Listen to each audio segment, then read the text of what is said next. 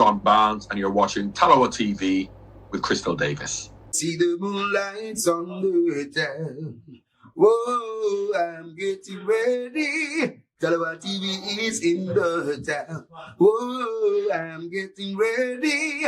Got a corner on the telephone. Yeah, this is the Ocean of the Messenger, and you're watching Talawa TV with the host and best Davis. Take it away. My followers, how are you all? Good afternoon, good evening, possibly good morning, all depends on where you are in the world. Welcome back to another live stream. What does the current drama mean for the Reggae Boys? Whether it's Nigeria or DR Congo standing in our way, the mission remains the same. It's different horses for different courses. In football, you expect the unexpected. We have time to plan, and frankly, this mess right in front of you isn't for us to fret over. It's just another hurdle in our road to qualification. But before we get into the meat of the matter, do go ahead and smash the like button and let me know how you're all getting on. Also, let me know if you're in a festive spirit. I've purposely changed my background just in case you guys are in a festive mood. I'm not really sure if you guys are in a festive mood or not. Perhaps some of you don't celebrate the holidays, the Christmas holiday that is. I know for some of you it's a little bit of a tough one to celebrate. Some of you are probably celebrating it or probably not going to be celebrating it because of a emotional period that lies ahead. So I won't get into too much of that, not trying to trigger no one's emotions. But if you are going to be celebrating the Christmas holidays, I do hope that you guys have a good one. And of course, I hope you will have a prosperous new year when it comes. So I was planning on doing a very short live stream tonight, and I had a somewhat of a lengthy conversation with one of my subscribers yesterday, and he insisted on me doing this live stream talking about the Nigeria and Congo situation, which I kind of feel like it answers itself. But to be honest with you, it was a fair shout because I do think that there's so much there that can be discussed in terms of again the situation, what it could mean for Jamaica. So do let me know your thoughts in the comment section. What do you make of this ongoing conversation? Again, it's a little bit of a messy one, isn't it? But do let me know what you guys make of the situation, whether you're watching it live or on replay. If you've not hit that like button, do go ahead and hit the like button. It has been a while. It's been a little bit of a while. It's been about, 3 weeks since I've done a live stream for you guys. I do apologize. It was not intentional. So I do apologize. Even now and then you gotta take a break from streaming. It does a lot to the body. You can stream every single day. I take my hats off to you. I always say it takes a lot out of me to stream every single day, but maybe that's something I probably need to look into the new year, God willing. If I make it into the new year, that is. Hope you guys make it into the new year.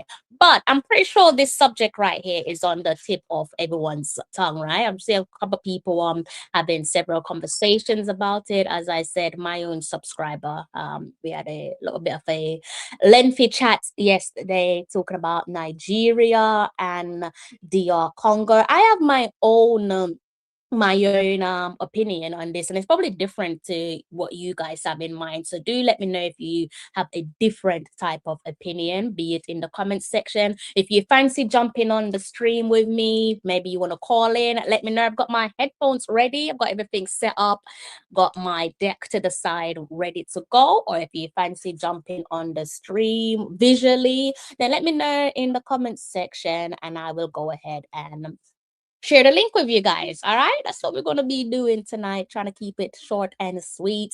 Maybe see if I can wrap this one up inside an hour. Although when we get talking about football, we kind of talk forever, don't we? But let's just see how long we can keep this show going. Do you guys there in the comments section? I hope you're in good spirit. Hope you're all in great health. But go ahead. Is it too early to say Merry Christmas? Or maybe I should say I hope you guys have a wonderful Christmas when it comes. And if you don't celebrate the Christmas holidays, I hope you enjoy the next couple of days. Hopefully hopefully you're getting some time off from work. All right. You came to mind the other day. You definitely came to mind the other day, and as I'm planning to do this live stream, but I'm good. I'm well. How you? How you doing? I'm not bad. I can't complain. I am good. About the U20 Reggae Girls doing very well versus Trinidad 4-0. Now, well, hot steppers in the team, isn't it? We're going to talk about the Reggae Girls as well, because to be honest with you, this was supposed to be a Reggae Girls live stream until last night, where I was told, look, you're going to have to talk about the Reggae Boys because you haven't done a stream on them in some weeks. And I was like, okay, you're right. I'm going to have to do that. So we're going to talk about the Reggae Girls. But before we do that, let's go ahead and get the boys out the way. So I'm pretty sure you guys there in the comments section are fully on the same page as each other. I am sure you guys would have seen the ongoing conversation there with Nigeria and DR Congo. I'm not really sure if it's an ongoing conversation for DR Congo. It's probably just maybe perhaps Nigeria doing much of the talking there for alleged ineligible players. Nigeria, they're accusing DR Congo of fielding ineligible players for their World Cup qualifier. Do let me know what you make of the story and what was reported, if in case you've been keeping yourself out the loop and perhaps, snowed under for work. I know Christmas time, people tend to work a little bit harder trying to provide for themselves and their families. So if that is the case, don't worry, I have got you covered. Do you want you guys to tell me what you make of Nigeria though? All right. So before we get into all of that, let's go ahead and stick a pin in it. And I'm going to go ahead and read this report there on the screen in front of you guys. You guys probably can't see it because the font is quite tiny, isn't it? But don't worry, I've got you covered. Good evening to those of you guys there in the comment section. I hope you've used your manners. I hope you've hit the like button. It doesn't cost you a penny. Go ahead and hit that like button. And if you're new to the channel, go ahead and hit the subscribe button. All right. I think that's enough of me speaking with you guys very briefly. Been chatting with you guys for about almost 10 minutes. So I guess we can go ahead and dive right into the show. Owen, big up yourself. 876 Jamrock, big up yourself. I think that is Mr. Scott in the comment section, right? I think that's you. Correct me if I'm wrong. Tafari, big up yourself. Ramon, big ups to you as well. All right. So let's go ahead and look at this report here from the BBC. I think this one is written by Emmanuel Akindoboa. I do apologize, sir, if I butchered your name. It isn't intentional, but at least I tried. I always like to try with names, especially like African names, and it does kind of like irritate me when I get it wrong. But nevertheless, like I said, I hope I didn't butcher your name. So it does say here, Nigeria are hoping to revive their chances of reaching next year's World Cup after submitting a complaint to FIFA, which alleged that the Democratic Republic of Congo fielded ineligible players in last month's African playoffs final. I'm not sure if you guys watched the playoff finals between these two sides, but I did, and it was a really good match, particularly the shootouts. Really good penalty taken. So yeah, I enjoyed that one, and I hope you guys did. I don't know who you guys fancy. Obviously, I've already faced off against Nigeria in the Unity Cup. Yes, it's for context. If we face Nigeria in the future, depending on this allegation that we're about to discuss, or somewhere down the line, I'm sure it will be a different team that we line up against at some point, right? So the rest of the article here says DR Congo beat the Super Eagles on penalties to book their place in March's Intercontinental Qualifier, which will allocate the final two places up for grabs for the tournaments in Canada, Mexico, and the United States. But Nigeria's claim of fraud centers on a group of players who recently switched their international allegiance to their opponents. The Nigerian Football Federation, NFF abbreviation, believes players such as Aaron Wan Aaron Wan-Bissaka and Axel Tuanzebe, both of whom featured in the game in Morocco, were ineligible because the Congolese law does not allow dual citizenship. But the Congolese Football Federation, the FICOFA, for their abbreviation, has rejected the NFF's challenge.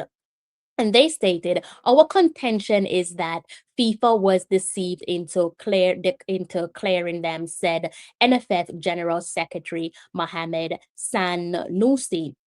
The Congolese law, or the Congolese rule, says you cannot have dual nationality, but some of their players have European and French passports. Goes on to saying there is what we consider a breach of FIFA's regulations. We are saying it was fraudulent. I think that's an interesting word there to use, fraudulent. We will backstep and look at that particular word there as I go on with the rest of my live stream. So to conclude with the piece here written by Emmanuel for the BBC, it does also say here, the NFF says it has submitted supporting documents and legal arguments to World Football's governing body. BBC has contacted FIFA for comment and is waiting to hear back.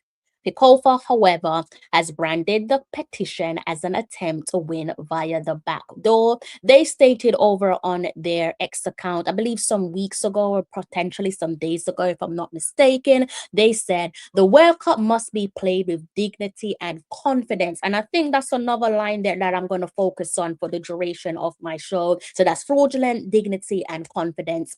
And to complete their quote, it says, not with lawyers' tricks. So that quote there from their official X account said, the World Cup must be played with dignity and confidence, not with lawyers' tricks. I like that response from them.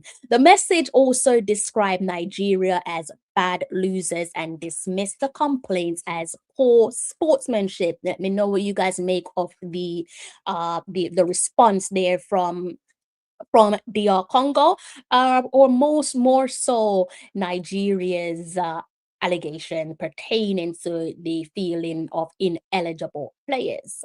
Precedents and possible outcomes. So this is what it could potentially lead to. FIFA statute sets out the condition under which a player may change a national association they represent. Under these rules, a player may ask to change the association they are eligible to represent only once, and the process requires a written and substantiated request, which must be approved by FIFA's Player Status Committee. While FIFA requires a player to hold a passport for the new nation they wish to represent, it is possible for them to also hold another passport. But this is not the case under Congolese law. When a formal protest reaches FIFA, there are several outcomes. One of those outcomes being a dismissal. FIFA may find the NFF's evidence insufficient and close the case, leaving DR Congo's World Cup qualification intact. Another could be investigation and administrative sanction. FIFA could investigate and, if find breaches in the clearance process, sanction the federation, e.g., fines, warnings, but leave results unchanged, or it could lead to a sporting sanction.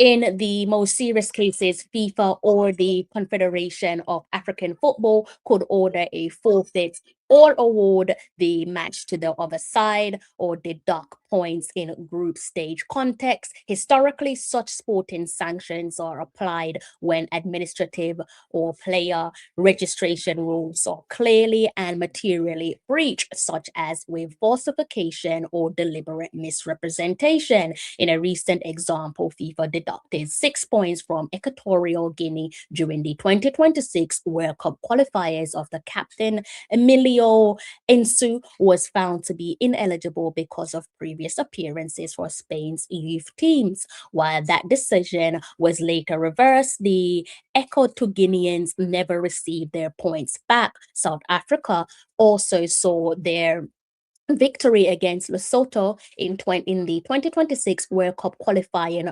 overturned, with their opponents awarded a 3-0 victory for fielding a suspended player. So let's go up. I want to focus on this section right here. Actually, no, let's go up to the first bit that I want to talk about with you guys. Before I do that, let's go ahead and turn my attention back to you guys there in the comment section. Don't think you guys are saying much. Again, if you do fancy joining me in the studio, do let me know and I will go ahead and share that link with you guys. Or if you fancy phoning in, then let me know and I'll go ahead and share the number to the calling line. If you guys, if in case you guys don't already have it, I'll go ahead and share it with you guys. So what does this mean for Jamaica? I'm not, I don't really think it means much for us. I don't know if you guys have a different perspective to myself, but I don't think it means much for us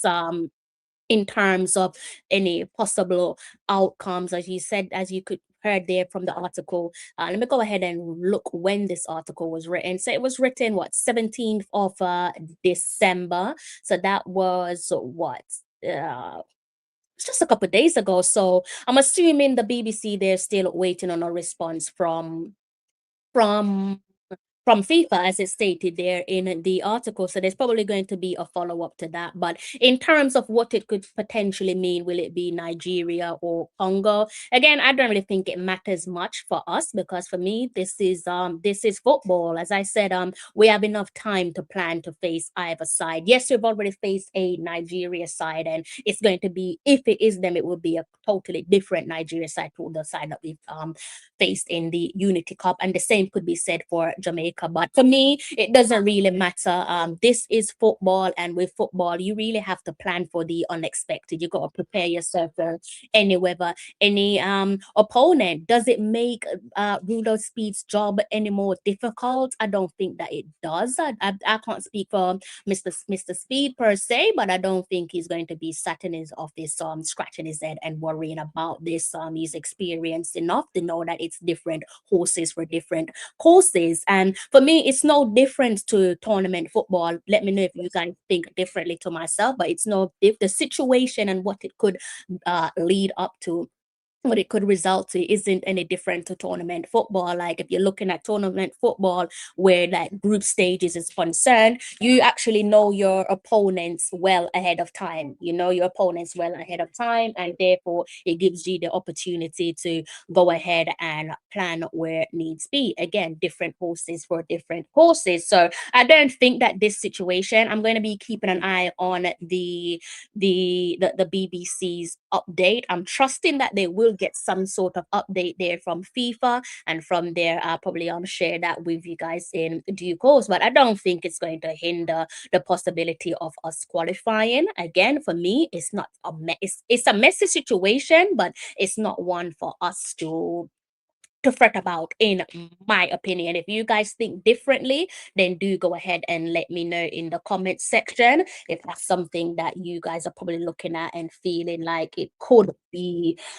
a bad outcome for us. I see some people that's fretting, and some people are pretty much they're not optimistic at all, not even cautiously optimistic. I think for some Reggae Boys fans, it's a case of whether it's Nigeria or DR Congo, we're not going to be qualifying. And can't really blame them for thinking it like that, because they've definitely had the stuffing knocked out of them, that they have every reason not to be confident. The boys haven't given us something to be confident about.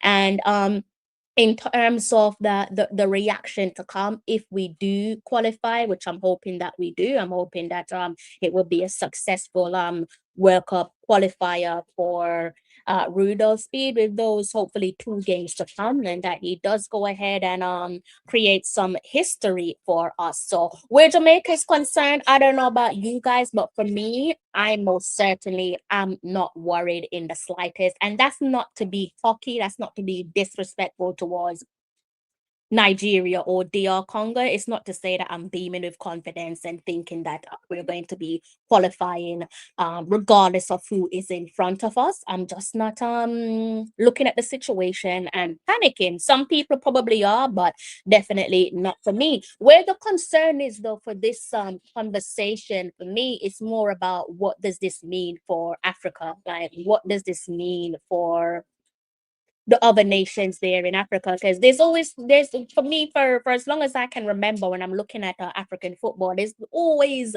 some ongoing conversation pertaining to certain topic of discussion. You know, I can think all the way back to like my school days. Probably I don't have to go that far back. I'm probably just go reverse a little bit to maybe my time at uni, which was well over a decade now, where you just saw certain conversations in the media, and those conversations have been in the media, as I said, for the last decade and possibly even longer when you talk about African football. But for me, the allegation or the accusation there from the Nigeria to DR Congo, I think I don't know what you guys make of the situation, but it does come across as being very distasteful. Like it's distasteful. The first comment that was actually made from, I think it might have been the Nigeria gaffer, where when DR Congo beat them on penalties. Let's go ahead and listen to his reaction. It was their head coach, Eric, and he at the time, and this is why I said, you know, this whole situation is for me concerning because it's so distasteful to say the least. So I'm paraphrasing when they got their teeth knocked out.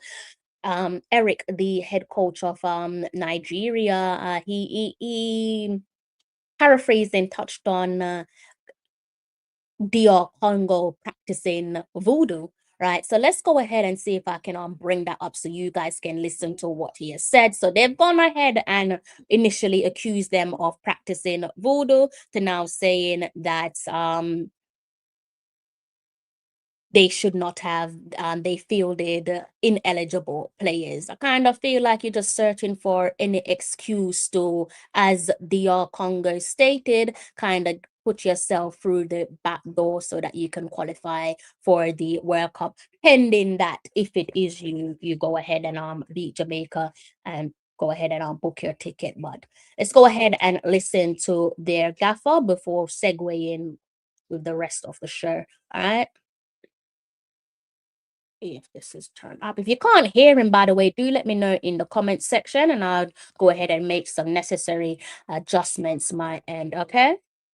Eric, coming towards the end of the game, I could see that you were a bit frustrated with maybe some of the DR Congo staff members. Could you give us an update on what happened there?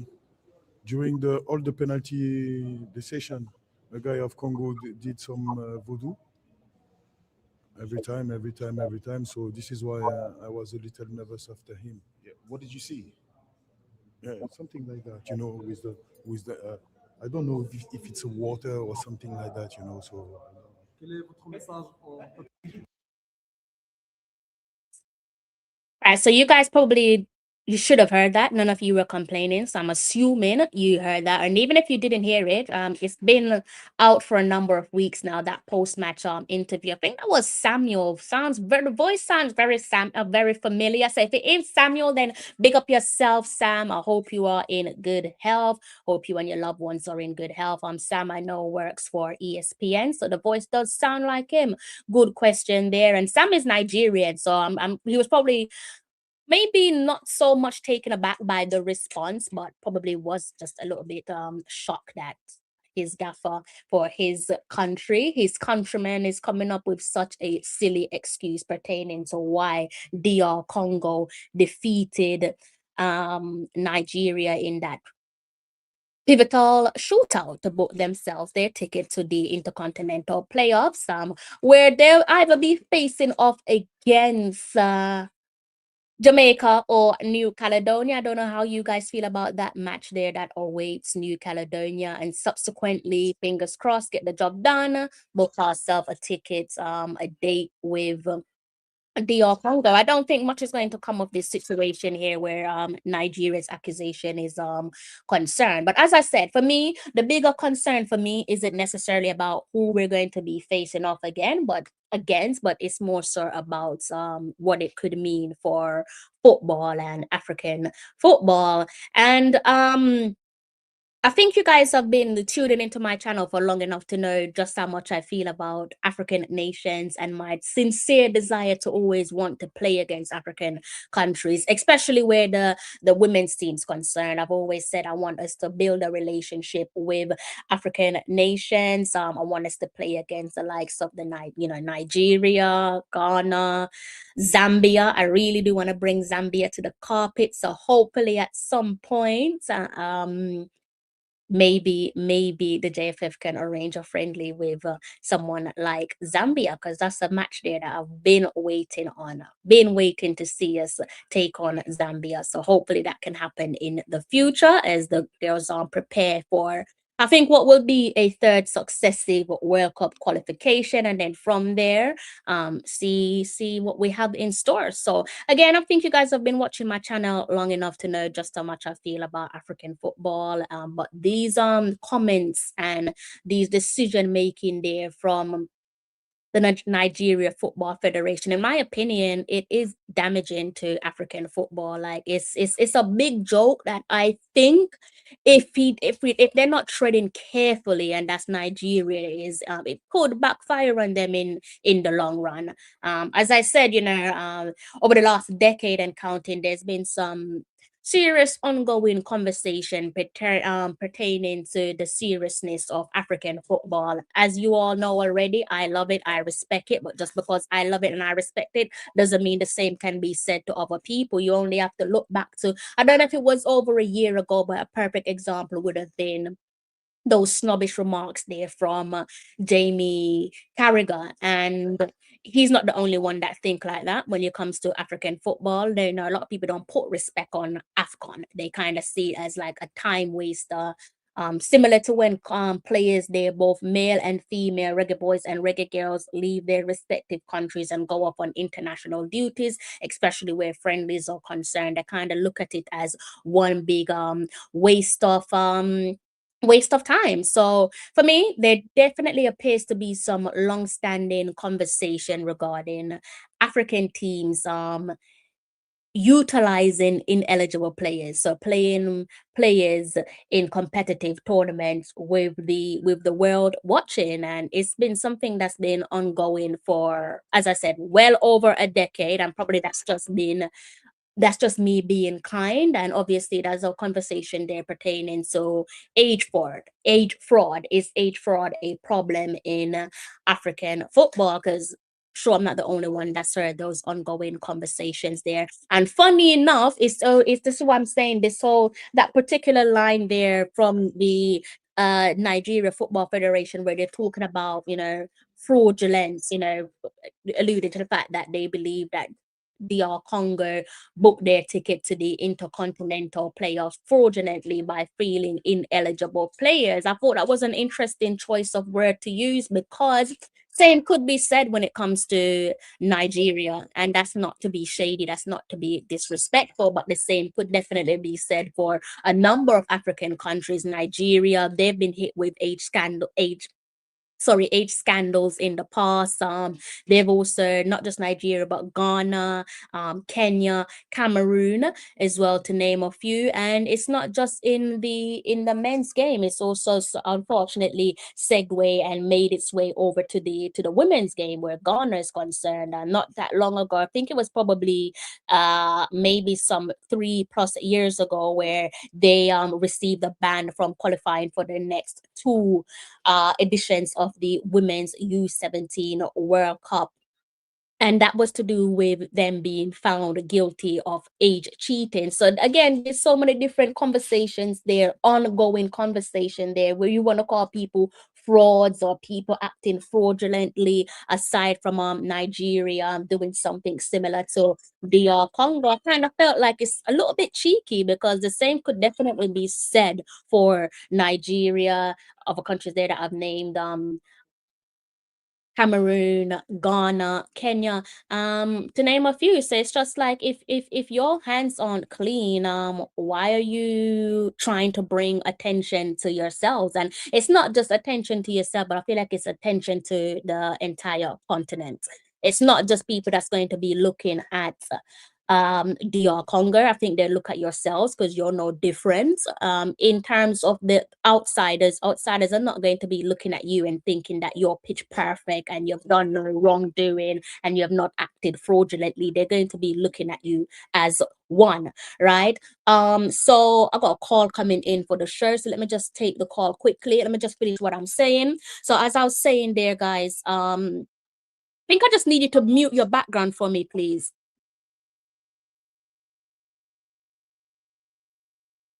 Yeah. All right, guys. So I'm going to take this phone call in a bit, but let me just continue what I was saying with you guys there with regards to Nigeria's shouts for DR Congo fielding ineligible players. You kind of have to, in my opinion, be careful with what you're doing. You got to tread carefully because, as I said, we've seen in the past that similar things can be said of you, not just Nigeria, but other countries as well. I don't know what you guys make of the conversation with Nigeria or the reports there from Nigeria and their accusation towards DR Congo. But for me, it begs the question of, are they doing too much? Are they cutting off their noses to spite their faces, or are they bringing unintentional attention, not just to DR Congo, but also to the continent itself? Greetings to yourself, Rockford. I hope you are in good health. 12 tribes of Israel. Good day. I hope you are in good health there, you guys, in the comment section. I think I'm gonna have to call back my caller because he was calling in, but his background sounded a little bit loud. So let's go ahead and see if I can call him back. If you guys can hear him in the comment section, let me know. If you can't, just say if you can't hear him, then let me know in the comment section. But let's go ahead and give him a call, hear what he's saying. All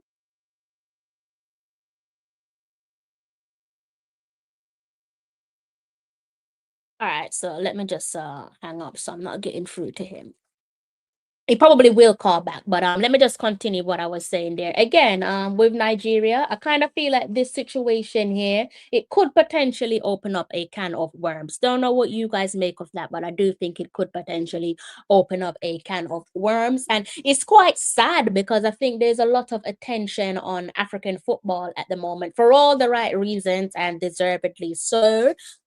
In our lifetime, can we see a African nation win the World Cup? I think we can, or at least I'm hoping and praying to God that we can. I've always wanted to live long enough to see an African country win the World Cup, and I'm hoping that that is the case. And it does kind of feel like we're getting closer and closer to seeing that one day come to fruition. I don't know who you guys think is the most likely nation to win the World Cup, but based on what we've seen over the last World Cup, and not just that particular World Cup, the FIFA 2022 Men's World Cup, but subsequently what we've seen as a knock-on effect from one country in particular, Morocco. Funny enough, having Nigeria in mind, if we're talking about a nation that's likely to win the World Cup, Nigeria should have been like the best positioned nation on course to go and win the World Cup, particularly for what they've done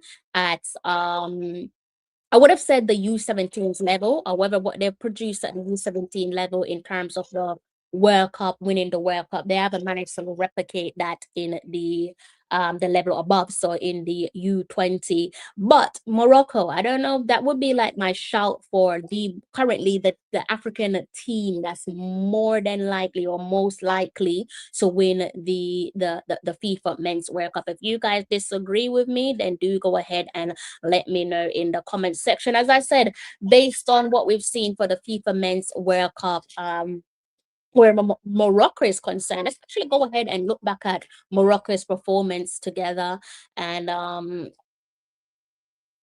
ahead and see if I can find some of their results, so we can just talk a little bit more about Morocco and whether you guys feel like they have it in their arsenal to potentially win the FIFA Men's World Cup. I think they can do it.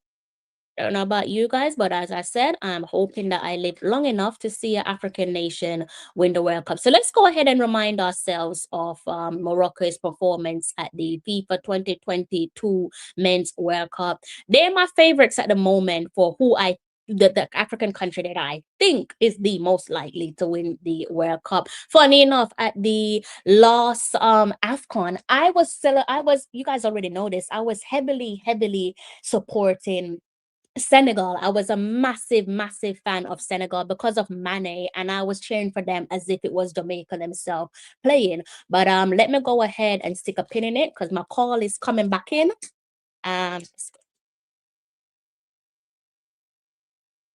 Mr. Beckford.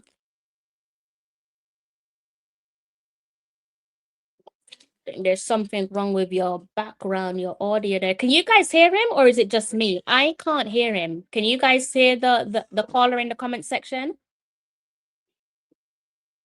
Okay, I can hear you now. How are you? Yeah, how's your day been? That's okay. That's okay. Don't worry about it. How are you?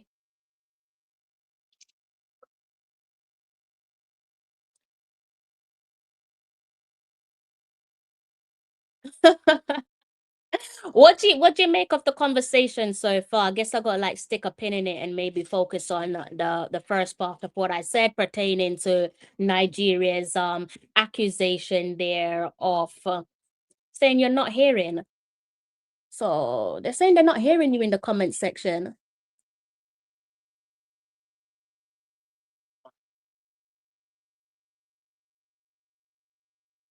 No, when I did what the court said, but I really wanted to laugh, but I already I think the guys in the comment section are saying they can't hear you. I'm not really sure why that is. Let me know if you can hear him now.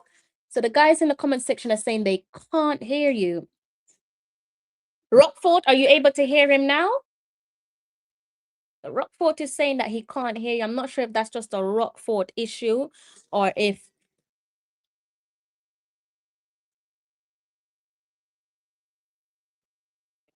I don't know why though.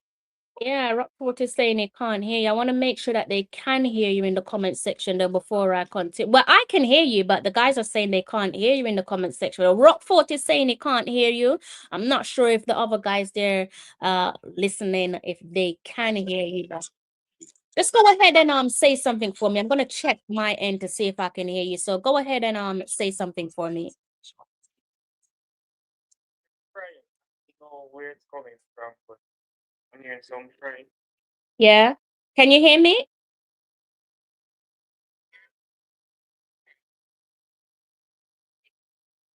I think you might have to try jumping into the studio because if they can't hear you, then don't really want to have you on the line if they can't hear you.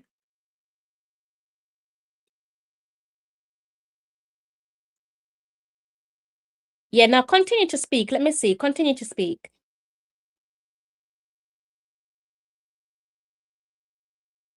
Yeah, they can't hear Philip Beckford. They tried to phone in, but I don't know why, but you guys aren't able to hear him in the comment section. Right. Oh God, Rockfort. Okay, so Rockfort's saying that he can hear him now. You're really putting me down, so I'm gonna have to like try and call him back. All right, let's go ahead. I'm gonna make an effort to call him back because he's one of my loyal subscribers and he has something to say. So I'm going to have to just take a pin in it and call him back. Let's see if I can get through to him. So Rockfort is saying that he's in and out. So maybe he needs to just jump in the studio, right? Yes, Mr. Beckford. So Rockfort is saying that you're in and out. So perhaps you need to jump into the studio. Maybe you have to jump on the StreamYard link. So you can hear me, right?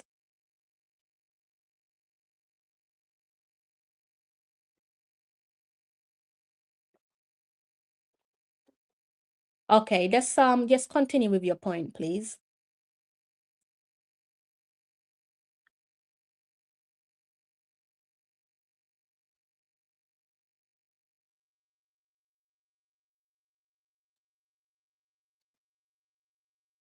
No, just continue. Just continue with what you were saying.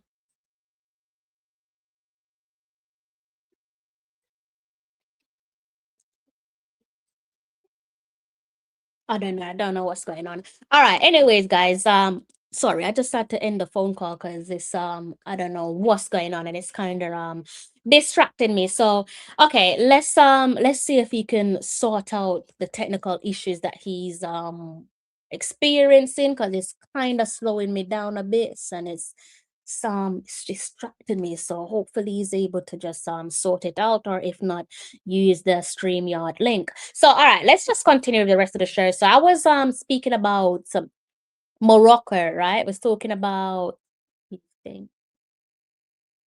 speaking about Morocco. And okay, so Morocco, my pick for the African nation there that's most likely to win the World Cup in the future. Don't know if they can go ahead and pull off a surprise this summer, next summer's World Cup, I should say, but that all remains to be seen. They definitely shock the whole entire world at the last FIFA Men's World Cup. You can look at a couple of the results there and how it went. Group stage beating Belgium 2-0, going on to beating Canada 2-1. And I think definitely by the time they got to Spain, I remember this game beating Spain 3-0. You can see their penalty shootout. That was just like at the time like the biggest results in football, and what a monumental victory it was. I can definitely remember where I was and the screams and the cheers and the celebration, and then going ahead, and I'm not sure if you can say doing one better, but obviously when you're progressing and you're made it through the group and now you're in the quarterfinals, beating Portugal 1-0. I kind of feel like I enjoyed that 1-0 more so than their beating Spain 3-0 on penalties. I feel like I enjoyed that one more than the 1-0 victory over over Portugal. Sorry if you are a Portugal fan, but I definitely enjoyed that one. And by the time they got to the semi-finals, squaring off against what was then the former holders of the FIFA Men's World Cup, the fairy tale had come to an end, losing 2-0 against France. But it was still a very good game from them, and they definitely put on some wonderful display, earned a lot of people's respect. You have to commend them for what they managed to achieve at the last FIFA Men's World Cup, going all the way to the semi-finals, then playing the third place playoff against Croatia. Unfortunately, they lost 2-1 against Croatia, but nevertheless, definitely enjoy that one there where Morocco is concerned, and that's why they are my hot favorites for potentially becoming the first African nation to win the World Cup. If you guys disagree, do let me know in the comments section. I'm not really sure what's going on with Mr. Beckford, but I think he's experiencing some technical issue. Maybe he might try with the StreamYard link instead. Sometimes the technical issue is kind of out of your hands. There's really not really much that you can do about it. So I apologize on his behalf. All right. Rockford was saying that he was going in and out. So I do apologize on his behalf. Definitely not intentional, but sometimes it's just the way that it is with technology. So focusing on Morocco, again, my favorites there for African country. Let me know if you guys disagree. Let me know if you guys have another a different African nation in your sight that you think can go forward and win the FIFA Men's World Cup. Hold on, guys. Let me go ahead and take this call. Just mute myself quickly. Let me see if I can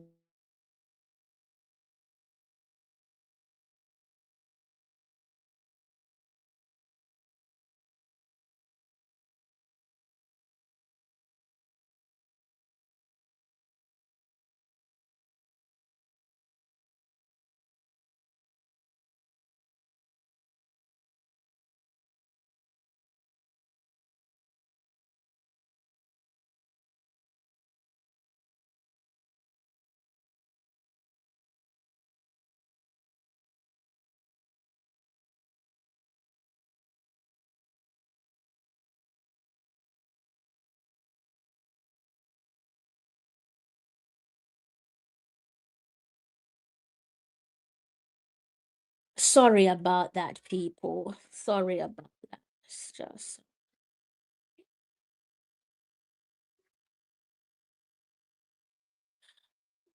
all right. Let me put the StreamYard link in the comment section.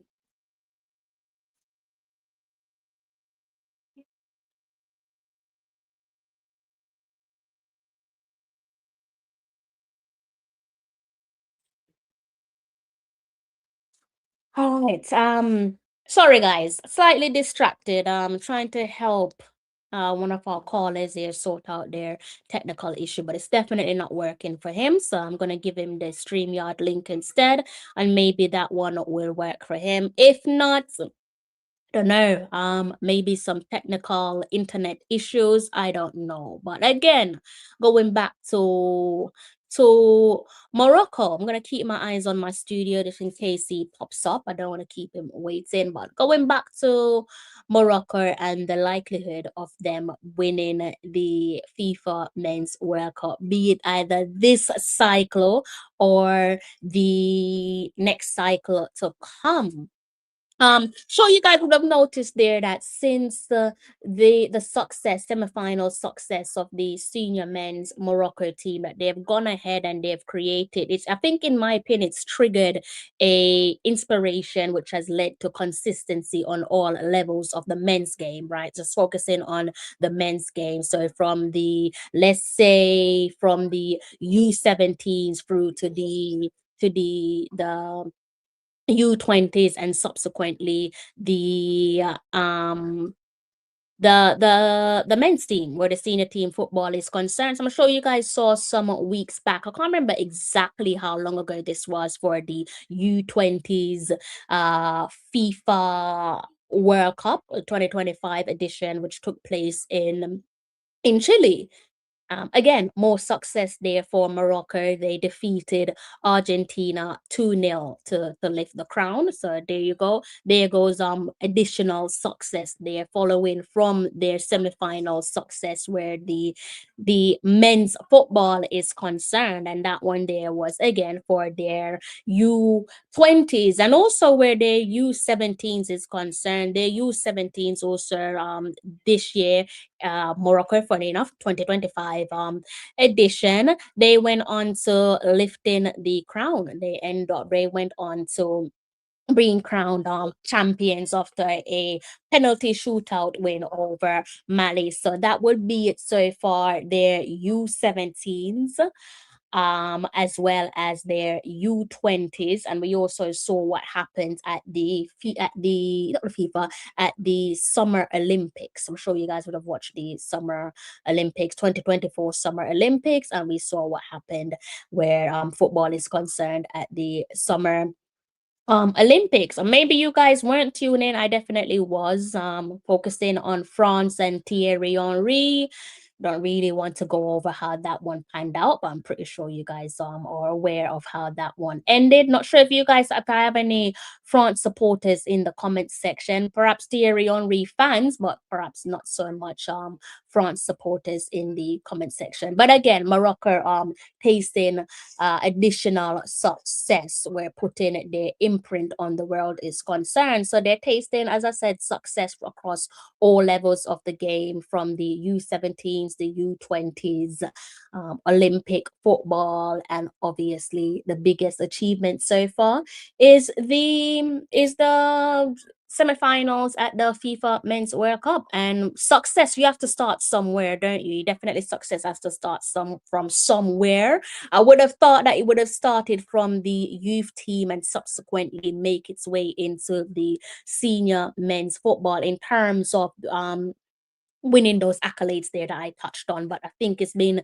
the reverse, which is why I always say success is subjective. So just because you're not lifting trophies, just because you're not finishing second place or third place, that doesn't mean that you haven't been successful. Let's go ahead and see what Mr. Beckford's doing. I think he's managed to find his way into the studio. So let's go ahead and try. He is determined. I'll give him that. He is determined to share his opinion with you guys. So let's go ahead and see if it works this time round. Owen, big up yourself, Owen. Mr. Beckford, how you say? Can you hear me? Oh, you're muted. You've muted yourself. Oh yes, I forget. How I'm a you? man of my word, so I couldn't let the show end and I didn't drive. I give you credit for trying. It seems like the phone call option wasn't working for you for whatever reason. I don't know technology. Even when it's advanced, it's still a bit problematic sometimes, depending You're on the right. signal. Hold on 1 second. So you guys are saying you can't hear? What can't you guys hear? You can't hear me? You can't hear Mr. Beckford? I'm being told that someone can't hear. I don't believe this. I can't believe it. Let me just double check for myself. Okay. I think you guys are having your own technical issues and it's kind of throwing me off just a little bit. But thank you for letting me know because sometimes the technical issue is on my end. Anyways, Mr. Beckford, can you please turn your phone to the side for me, sir? Like this, If you right? turn it again.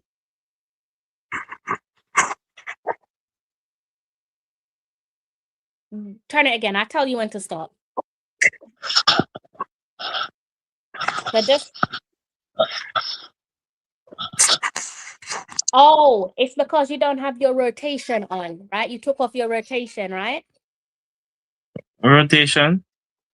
Yeah. Remember I told you like when you're doing like the filming, just Oh, turn it to the side. auto rotate. Where's money? Wait. A little bit of a difficulty.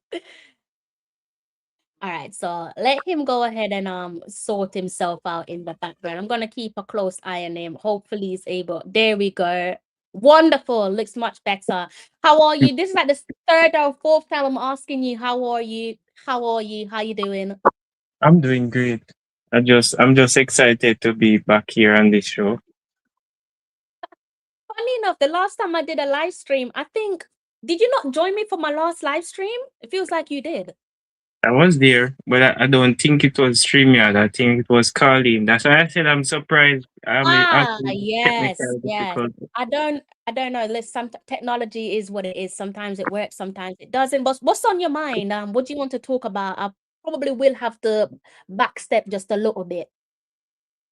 Yeah, you're right. Because I was talking about the drama between the African teams, our brothers over the other side. But it's kind of distasteful for true. I don't like because when I look at the Afghan, I think it have come a long way. I mean, it's not about certain teams that used to dominate.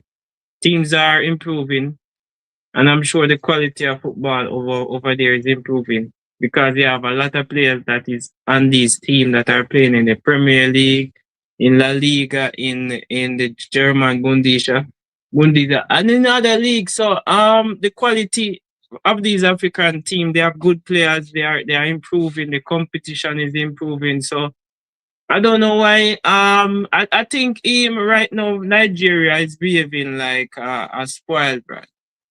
Like they are behaving like they are entitled to always qualify. But if you get complacent and other teams are working hard, remember the underdogs always work harder than the one that is expected to win or to go all the way and do well. So I think they probably fall asleep or they get too complacent or they underestimate this Congo. But what I know about Congo still, they're always in the discussion. Congo is a team that is always up there in this competition. So I'm not surprised Congo improve and they have knocked out Nigeria. Nigeria should just be a big man. They should just be mature enough to accept defeat and move on. There is always another time, but as I said, when you're entitled and when you always make this competition, you feel as if the one time you disappoint the fans, you should come up with some silly excuses which just not adding up at the moment. Yeah, it's like again, like I mean, I feel like they're pulling every stunt out the bag, which for me is just like it's a stunt. And it, as I said, it's this thing, the initial accusation, which for me it wasn't even laughable. It was just like, what are you doing? Like you're kind of setting yourself up here big time. Again, which was for the video there that I played with the Nigeria head coach, Eric basically saying, paraphrasing, that the reason for DR Congo's victory via penalty over Nigeria is because of voodoo. And I think there's certain, whether that was just a joke for him, you know, sometimes the case of what's joke to you is death to a next man. I kind of feel like, because we all know that some people don't see African football as serious football. They see it as a bit of a joke. They see it as a bit of time wasting. I don't think that. I'm sure you don't think that, and the guys in the comment section don't think that. But there are outsiders there, particularly in certain foreign countries, that don't give African football the respect that it deserves. Now, when you're coming out and you're mocking your own brother and you're saying that they beat you because of voodoo, it's like you're still insulting yourself, because who are you entertaining? Whoever you're entertaining could turn around and actually use that against you somewhere in the future, in my opinion. So again, in my lifetime, I do hope that we do see a African nation winning the World Cup. But I think when we're coming up with stories like these, and when we're looking at reported stories like these, again, from the last decade, from when I was at uni and beyond that, it's like these ongoing conversations about fraudulent behavior, fraudulent activities, fielding ineligible players, um players in certain competitions where their age shouldn't permit them to play in particular competitions, where you're looking at a U17 team, you're thinking this man has a full beard. Like, how saying 17-year-olds can't have a full beard, but this looks like a fully grown man. Like, we've seen situations like that where you talk about that age fraud. So it's like, again, like African football, there's enough people out there that's made a mockery of African football. I don't really think that you per se should be adding to that mockery, because as I said,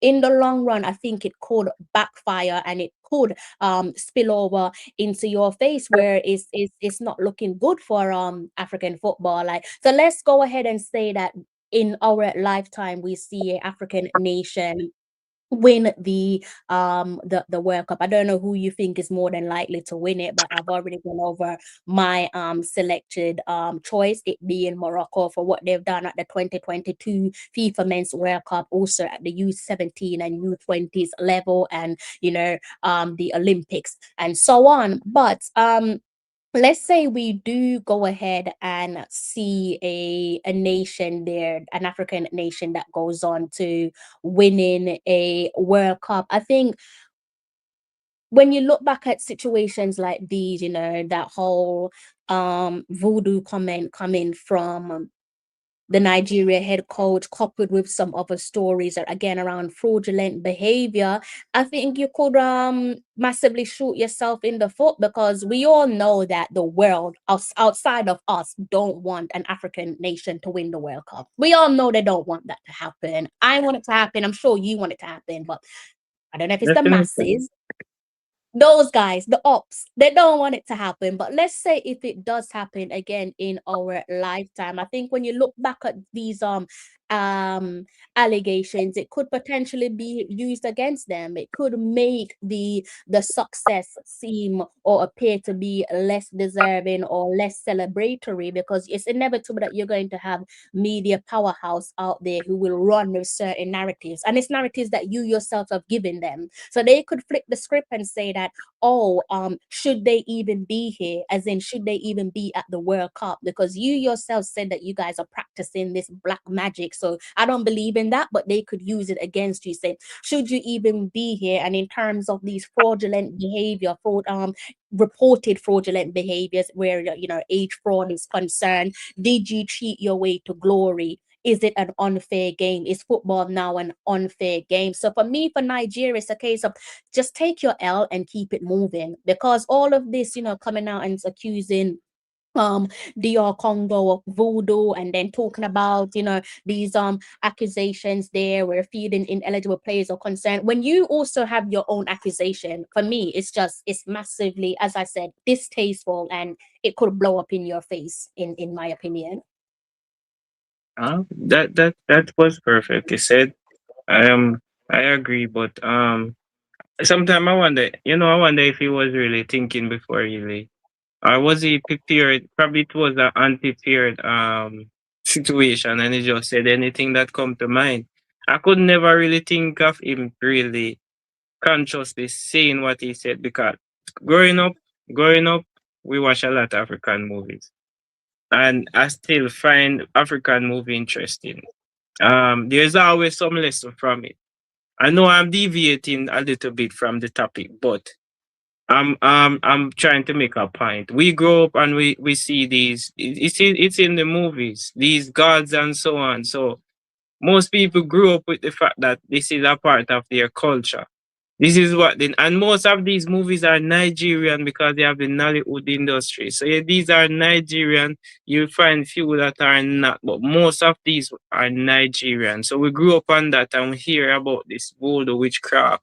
So to know that you have the audacity to come and even mention that word is very diabolic. So I mean that should never come to that because most people already have it that countries like Nigeria practice these things a lot. They have a lot of gods and so on. So this shouldn't be said on an international platform. This should be mumbled in your sleep or in your own bedroom or when you're there by yourself, like not in an international media space. Because it's not going to go away, and even if you think that it goes away, they just bury it until somebody go dig it up back. And I'm sure it Yeah, will be digged up if it even in the will. next 10 years. It will. If yeah, you're giving them something to work with, which I think, just like I think we're singing from the same hymn sheet. If an African nation goes on to winning the World Cup, and I think it is again, at least I'm hoping and praying to God it happens in my lifetime, in our lifetime. These are the things that they're going to be looking at just to make it look as if your success isn't deserving. These are the things that they're 100% going to be looking at. They're going to be questioning just how legitimate that victory is. Is it something that is it less deserving because of the scandal that's attached to African football? And you are airing out your dirty laundry. And I always find, like, I think it might have been a year or 2 year plus, some while ago, we were talking about the way that African federations behave. We're seeing situations where you're leaving teams at airports and it's like a hostage situation. It's just like, what the hell are you doing? What the hell are you doing? Like, it's just so petty. I just find that they get real petty when you don't need to.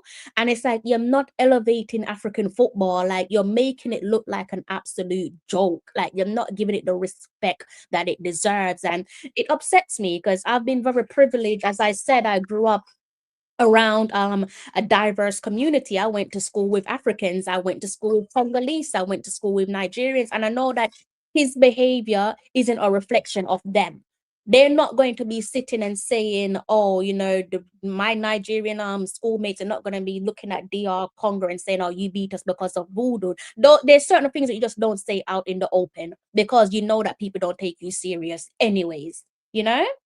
Of course. And then we should look at how many times Nigeria face DR Congo at this stage. How much time, the stats probably can come into play. And then we flip it and say, what if it's a case that Congo decide that they were treated unfairly and they want to push this thing as far as you did? I'm sure this would have hurt the Nigerian people. It would have hurt everybody that supporting the Nigerian team, supporting everybody, the staff and the fans, even outside of Africa, because I know that there are persons outside of Africa that watch AFCON and they find it interesting enough to pick a team that they think are choose that the team that they like their football, their playing style and so on. Because I I know love it. African teams are competitive teams. They are competitive. Like I said, the last AFCON I was back in Senegal because of Mane, and you could not tell me that I wasn't. The way I was celebrating, my neighbors probably thought I was from Senegal. I was so like deep into believing and wanting them to win it, screaming and shouting at my TV, and everything about AFCON just seems so beautiful. The way they introduce themselves, they're in their traditional attire, they're embracing their. I don't see that with no other competition where Of you fully embrace your culture from the first instance where you arrive in that country, that host nation. You see them yeah, coming off their bus, they're dressed in their beautiful traditional attire, music blazing. It's a beautiful occasion. So like, what the hell are you doing talking about another team beat you because of voodoo? Like, that's not a laughing matter. And then you're coming around and you're saying that they field ineligible players, which, yes, I'm not going to say that it's far-fetched, because it probably seems that it's not far-fetched, because it probably seems that I'm siding with DR Congo, that is. But again, you have had your own fraudulent accusation tabled against you, where the whole conversation around aid fraud is concerned. So it's like, how dare you point the gun at them when they could turn around and point the gun back at you for doing something similar, you know? yeah. But is the whole team saying the same thing? Well, he's the coach, so if he say that, I guess the whole team is saying the same thing. But we know, we probably not. Probably they're just silent. Probably, I think probably they are even taken back by the fact that the coach even say that. But at the same time, it seems like everyone is on the same page with the coach, because you probably will see Twitter and some other posts about what the coach have said. Somebody would probably come up and say something, but then again, they probably don't want to miss out on the team because they could be targeted and so on. This matter is so sensitive in so many ways, and we can look at it in different. Harmful as well. I think it's sensitive and it's harmful. Well, some damage is already done, because as I said before, if they win, if there's any success in the future, it's been already tampered by this accusation.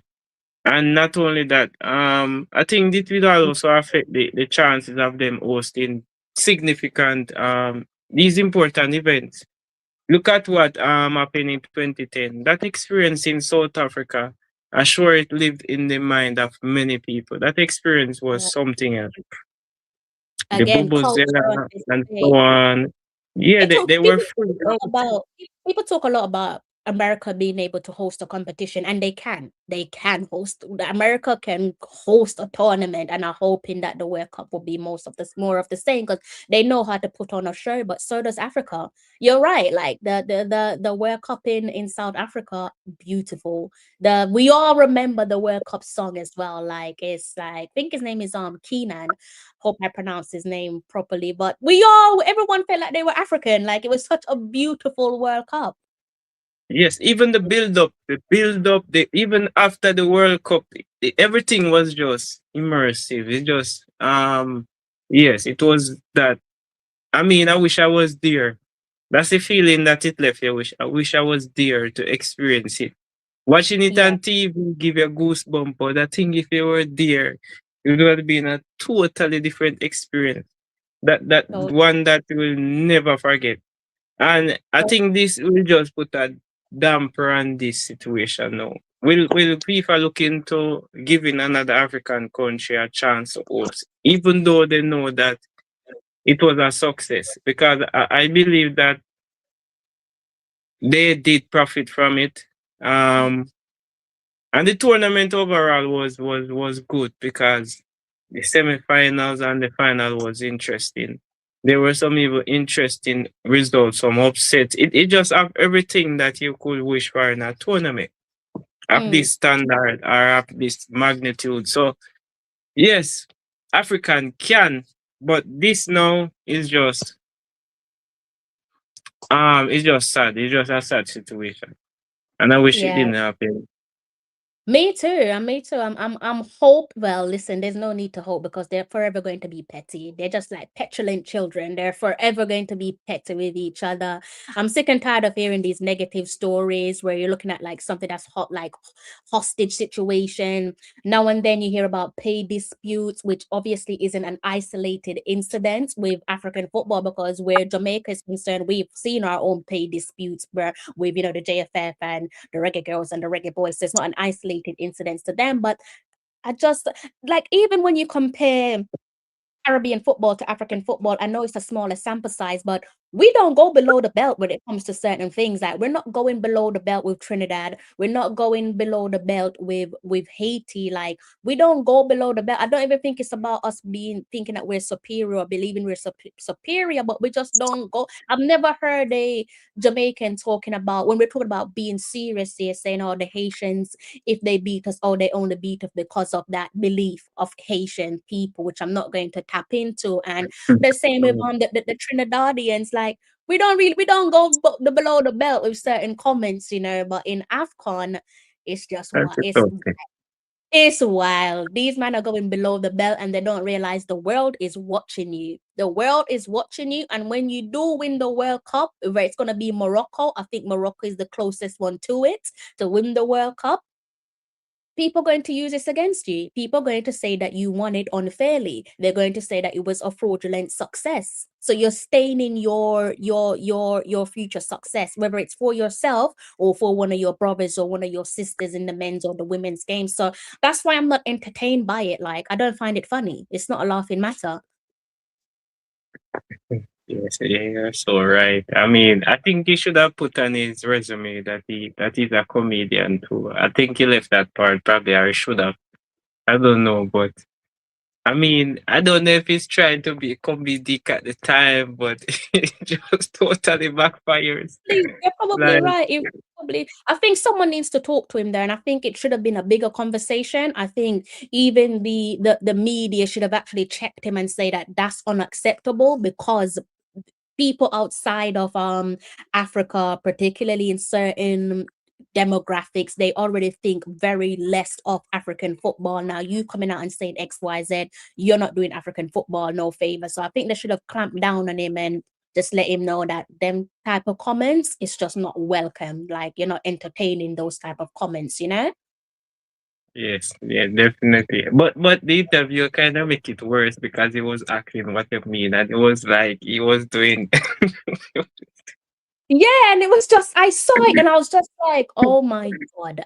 At first, when I saw the quotes, I was just like, no, he didn't say that. And then I actually came across the interview and I was just like, yeah, he did actually say that. And then the headlines, you had the bigger media companies, traditional media obviously went with the headlines. Sky Sports went with with that as one of their graphics as well, putting it out there pertaining to what the Nigeria head coach Eric had to say. So I'm not entertained by it. But backstepping a little bit, how you feeling about the possibility of facing either? I'm gonna say it's gonna be DR Congo. I can't speak for Mr. Speed or Mr. Ricketts. I do imagine that they're looking at them and they're probably thinking, shaking their head. At least I want them to be looking at them and shaking their head and thinking, what are you guys doing? Like, what are you guys doing? But for what it's worth, based on my observation of Mr. Speed, I don't even think he's fazed by what's going on here. I don't think he could care less. But what do you think of what's potentially going through Mr. Speed's head and also Mr. Ricketts?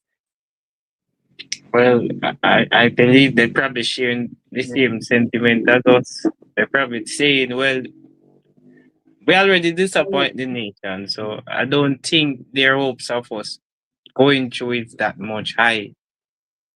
Because I heard the interview with Mr. Ricketts, and What and I Mr. think Speed?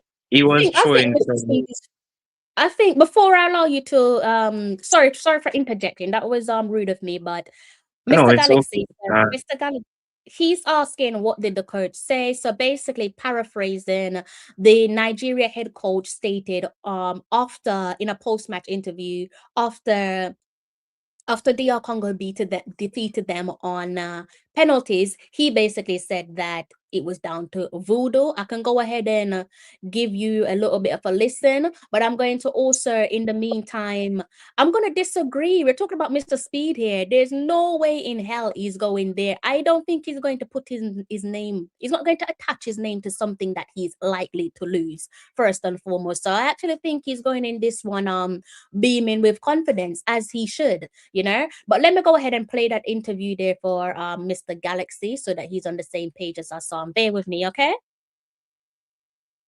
Eric, coming towards the end of the game, I could see that you were a bit frustrated with maybe some of the DR Congo staff members. Could you give us an update on what happened there? During all the penalty decision, a guy of Congo did some voodoo. Every time. So this is why I was a little nervous after him. Yeah. What did you see? Yeah, something like that, you know, with the I don't know if it's a water or something like that, you know. So. It's so funny because the journalist, again, big up yourself, Sam. I've been very blessed to rub shoulders with Sam. He's a wonderful human being and also an incredible journalist working for ESPN. He's Nigerian himself, so I might have to maybe send him a message and ask him, what did you, because I didn't even realize it was Sam until playing that interview that Sam actually asked him that question. Be interesting to find out what he makes of that comment. How did he feel in that moment? That's his countryman. He's a proud Nigerian. You know, Nigerians are very proud people, just like Jamaicans. They're very proud, patriotic. But going on to what you were saying, moving on to what you were saying with Mr. Speed, I disagree. I think Mr. Speed is up for the task that lies ahead. And as I said, I don't think he would put his name to something that he isn't likely to win. No, I'm saying probably initially. But normally Mr. Speed have a serious face. Sometimes it's hard to read it's to tell what he's really up to or so on. But I just hope that he get the job done. And I didn't check to see if we did have any friendlies in the opening windows. So the reason why Congo is playing because of the AFCON is the tournament is going on at the moment. So yeah, they are sharpening now. They are sharpening up whatever. They are at a stage where they are at a better opportunity because they are getting the chance to look at their team better to see how ready they are to face us. And I know they are beaming with confidence, but it's a good time for them to sharpen what already what they need to sharpen and also improve on what they need to improve on and come ready, waiting. And I'm sure they're going to try their best to keep that team together and ensure that the players are available so that they can continue because they are just like 2 games away. And I know they are not going to take that for granted. 2 games away and you're in. You're not dreaming, you're in the tournament. So we're all of us in the playoffs are dreaming now, but we are just hoping that JFF and the coach and everybody can get this right. And we want to see the fight. I don't want to bring up that incident, but I want to see the fight that within the team. They should show more fight on the field. They should show more determination. Some might say it was bad luck for us to hit the post so much time, but at the end of the day, I think we probably got other chances that they need the post that we should have put away. Now that have passed, we need to focus on qualifying. We're still in it, so that's the best thing to this hope that we are still in it. There's still opportunity for us to go to World Cup, and I just hope that they just sit down and look into it and say, you know, that even though we disappoint the fans at home, you know that we are still in it. We are very much still in it. It's just 2 games away, and we are in it. So I just hope they look into this and see we have a chance, we have a second chance. And here I say, you know, everybody deserves a second chance. Yes, I agree with that. And this will play out right before our eyes. So yes, they deserve a second chance. And I just hope that they seize the moment. Yeah, just to answer your question there, so you can see this one on the screen in front of you. Currently, we're here, so we're looking at the AFCON, the African Cup of Nations, and then after that, in terms of games played within the FIFA calendar, you have between the 23rd and the 31st of March. That will be the international window. So there's no rooms there official where FIFA window is concerned for the boys to go out there and get some friendlies or a friendly. Remember, December's practically come to an end. Then we segue into the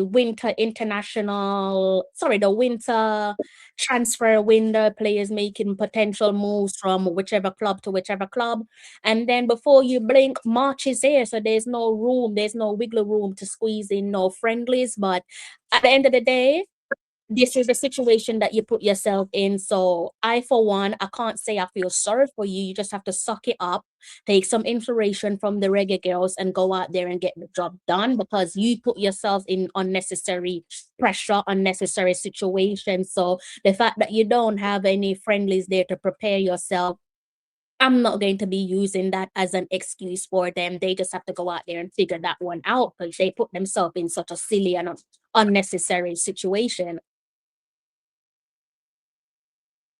Yeah, I hope to.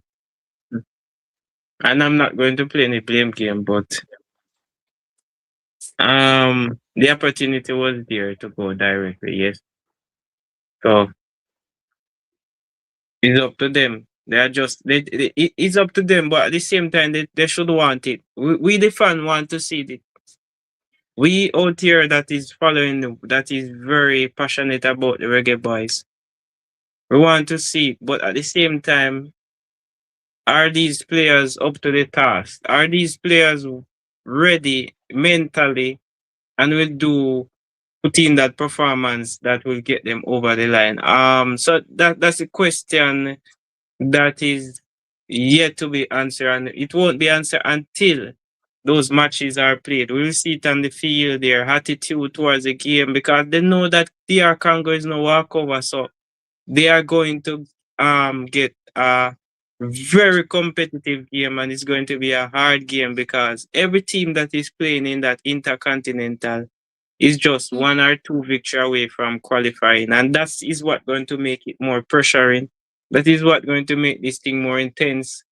And I don't want to say may the better team win, because I just want the reggae boys to win and go through. But I was having a conversation with someone and they tried to convince me that Jamaica is the better team. And I'm like, no, you're just as good as New Caledonia, whether you like it or not. If you were better than them, you wouldn't be in that position. You're just as good as New Caledonia. You're just as good as DR Congo. If you were better than those guys, you would not be going to that dogfight, because they tried to that's so like convince me. But that's I so can't. like a Dulu. It is what it is. Like, you're just as good as these guys, high and mighty, but the reality says that you're in the same position as them. So you now have to pull yourself out of that dogfight and come out triumphant. And I do wish I know obviously I don't really want it to turn toxic. I don't want it to turn negative, but I've already shared my opinion on the fact that it is a what's the word I'm searching for, conflict of interest there where Mr. Speed is concerned. But look, it's we're so close to Christmas. I'm not even trying to go down a negative trajectory. I just want to keep it positive. I've already shared my opinion on that, whether I think before he was even appointed, months before he was appointed as the interim head coach for the Reggae Boys. Of course, it does pose some conflict of interest. But to be fair to Mr. Speed, I can't remember how long back it was. Maybe a year or two ago, possibly longer. He was doing an interview with someone, and I can't remember who was interviewing him at the time, but he very cheekily said that there is conflict. Paraphrasing, there's conflict of football. There is conflict of interest in football. Like, that's not an isolated incident, which it holds water. A comment as such does hold water. No, it Right? come back clear. But you know, that's just true, Mr. Speed fashion. But for what it's worth, for what we know about football, not just Jamaica, but across the football landscape, there's conflict of interest there, isn't there? There is some conflict of interest there. So yeah. Funny enough, you know that there's going to be some people that's hoping that he doesn't succeed, but I do want to let those people know, never ever show yourself in my comment section of that type of energy, because if you want him to not succeed, then obviously that means you don't want the Reggae Boys to succeed. So you really just have to deal with the situation that he is, for the time being, the interim head coach, and it is our job to get behind our team, irrespective of whether we like the head coach or not. No, it's not the time to be talking about wanting someone to fail just because you don't like him, because there is going to be some people that's like that. There's some people out there that, because of their dislike towards him, they secretly want him to fail. But let's just remind ourselves that if he does fail, so does Jamaica. But again, never ever Yeah. show yourself up in my comment section with that type of energy, all right? Because that energy is going to be getting dismissed.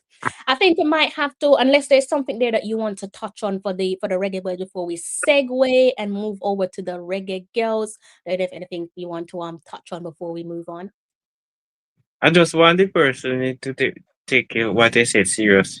You see, she's smiling, but you know, she have to take her serious, because we don't want that attitude over here. Over here is more like positivity and so on. So that's like a negative energy, and it's not going to do well. So No, yeah, hate him or yeah, love him, it's a Jamaican thing, and we want you are our country to it. be Yeah, in the World yeah. Cup. That's the only thing. We want Jamaica. I want to thinking about buying a ticket, even though I know I can't buy it now. But even the thought will give me much excitement, much less. So Massive. I want It's to massive. It's I want them to massive. be there. You know how wonderful it would be that both the Reggae Boys and the girl qualify. In our life, That would be great. it'll be massive. It will be massive. So I hope he can do it. It'll be, it's not for him, obviously. It's would be, God's willing, the best achievements, greatest achievements of his footballing career, just where football is concerned, the biggest achievements. And yeah, I have a feeling I can picture him doing something, but I might have to leave that for the future. But I'm hoping he doesn't do what I think he's going to do, pending that he does qualify for the FIFA Men's World Cup. But I think he has, based on my observation, if he does qualify, well, not even if he does qualify, just has the way, based on the fact that he's the interim head coach, he already has a few people to thank. And if my observation is correct, I bet that he is smiling from ear to ear, because he definitely has someone to thank for him being the interim head coach, which comes with a lot of irony. I probably explained that all to you in my members channel.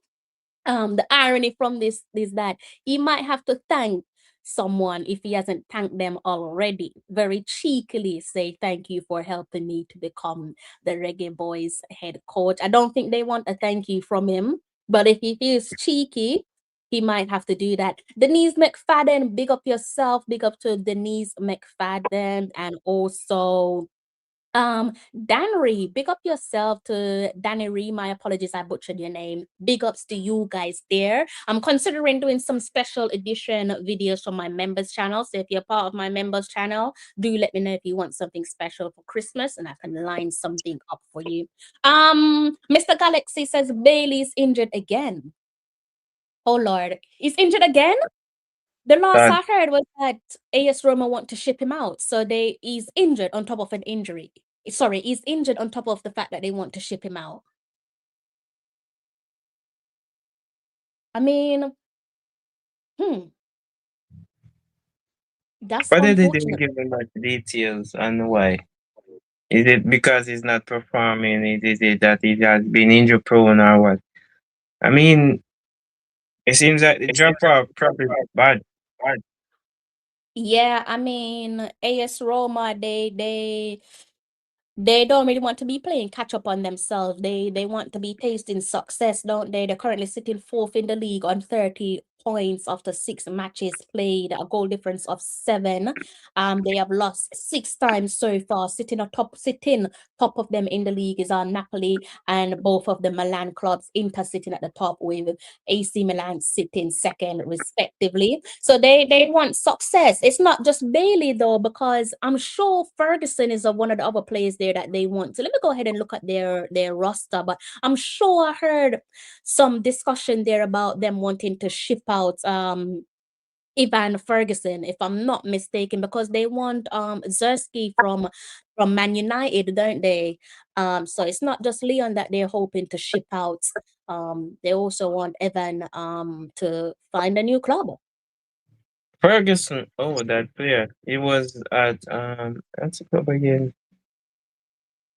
It was it Bournemouth? I think it was Brighton. I think he would be previously played for Brighton, if I'm not mistaken. So they're saying he got injured. So they played Juventus today. They lost against Juventus 2-1. So did he play today? Let's see. So he came on and then had to go off, I'm assuming, because, oh, that's unfortunate. That's unfortunate. Well, I hope it's not a long-term injury there for Leon. That's very unfortunate for him. You have to feel sorry for him. That's very unfortunate. So he was substituted out he went out in the 73rd minute. That's very unfortunate there for Leon. I do wish him a speedy recovery. He actually came on inside the 53rd minute. So that was short-lived, wasn't it, for him? Hopefully he's okay. Hopefully there's no long-term injuries there for LB. Yeah, so speedy recovery to Leon. Big ups to Mr. Galaxy there for giving us that update there on Leon Bailey. Again, you know, depending on the nature of the injury and the time that it will take to recover, it looks as if that he might not play a role in March's encounter. Oh boy. Right, because it looks as if, again, I don't know the nature of his injury. We're almost closing out on December. Then you have to think about January coming up. Yeah, that's unfortunate. It's mind-blowing though to think that Leon Bailey, pending that we do qualify, would have played no significant role in qualifying Jamaica for their first World Cup since '98, given that he is the poster boy. It's as a crazy story. When you put it that way. But I do wish him the very best of luck. Hopefully he's able to recover in quick succession. Is there any other topics there that you guys want to discuss with the Reggae Boys? Mr. Beckford, is there anything you want to talk about with the Reggae Boys before we segue and talk about the Reggae Girls? Honestly, most things were basically said. I just hope that but I want to big up Mr. Galaxy. He is really following what's happening with the boys, and that's good. To him. And he's also helping by giving information. So big Yeah, up he is. yourself, Mr. I didn't even Galaxy. watch that game today. So big ups to you, Mr. Galaxy. Thank you.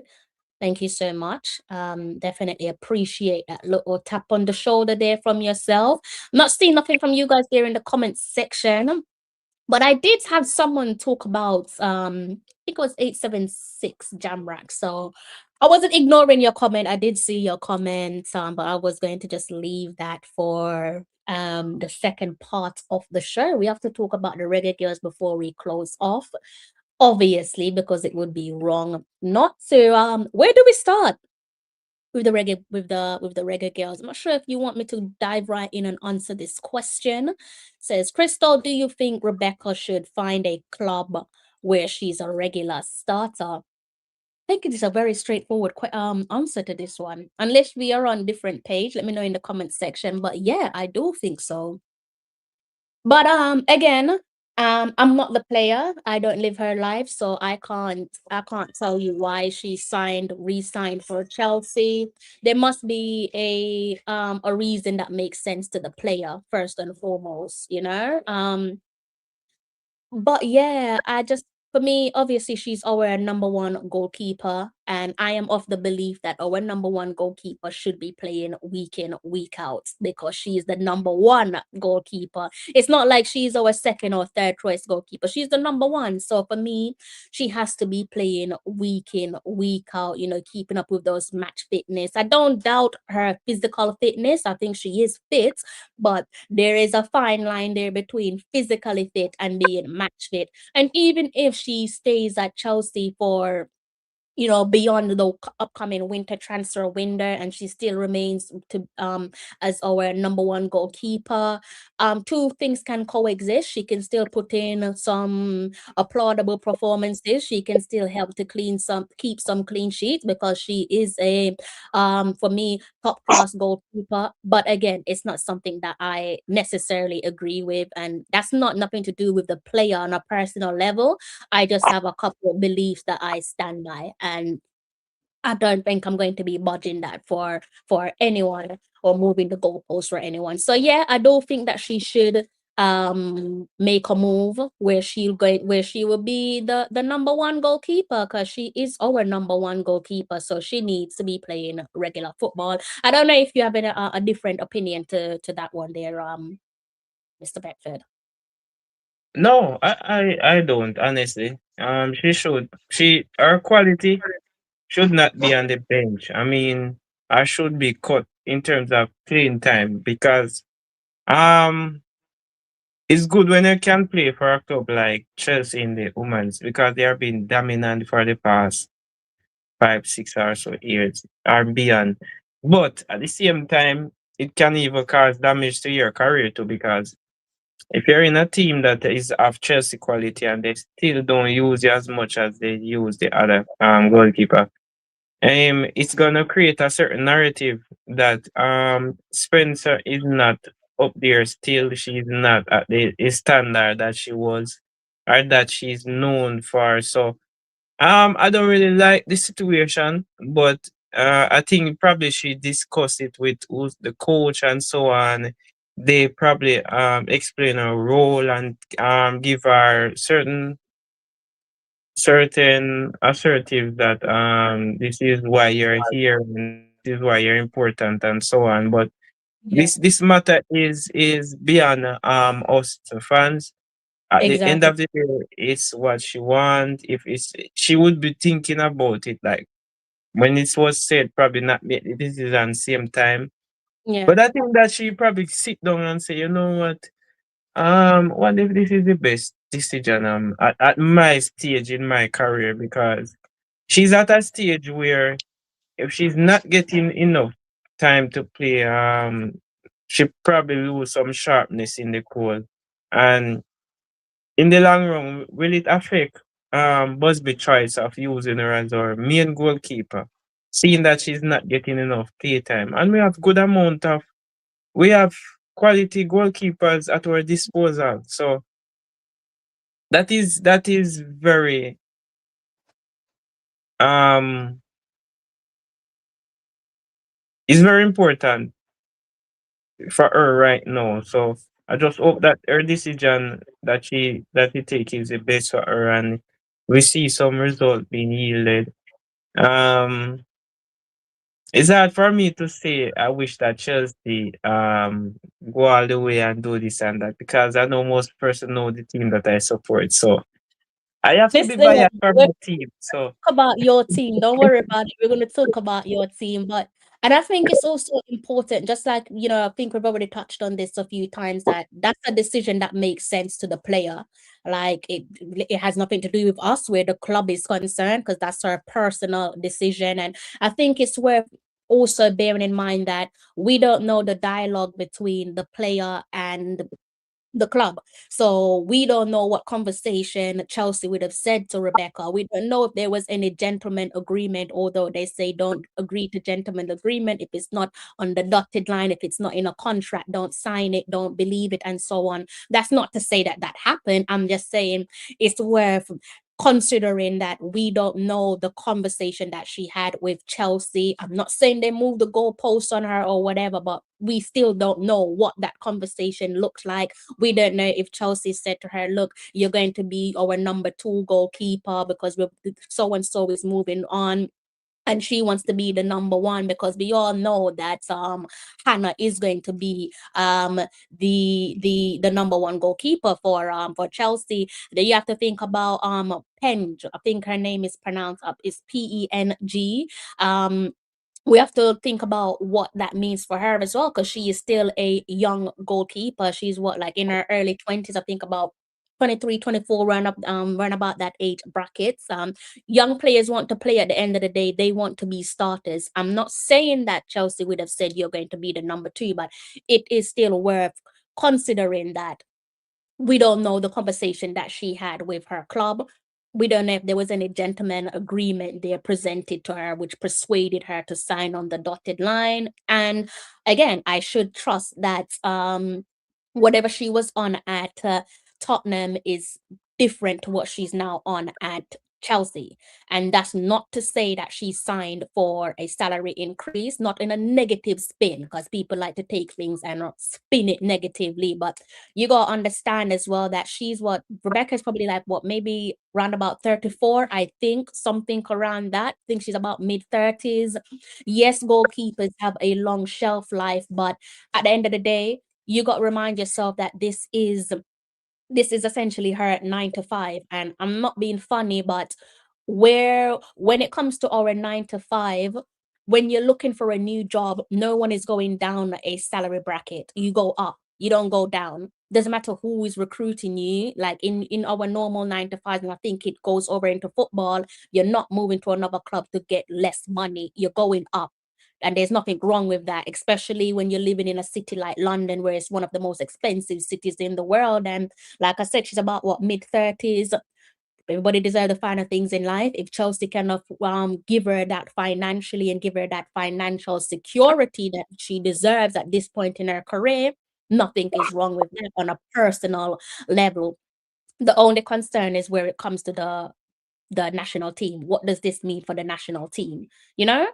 What does it mean for the national team? Because when Hannah returns from her injury, does that then mean that Rebecca goes back to being the 3rd choice goalkeeper, which means you're not seeing her on the bench?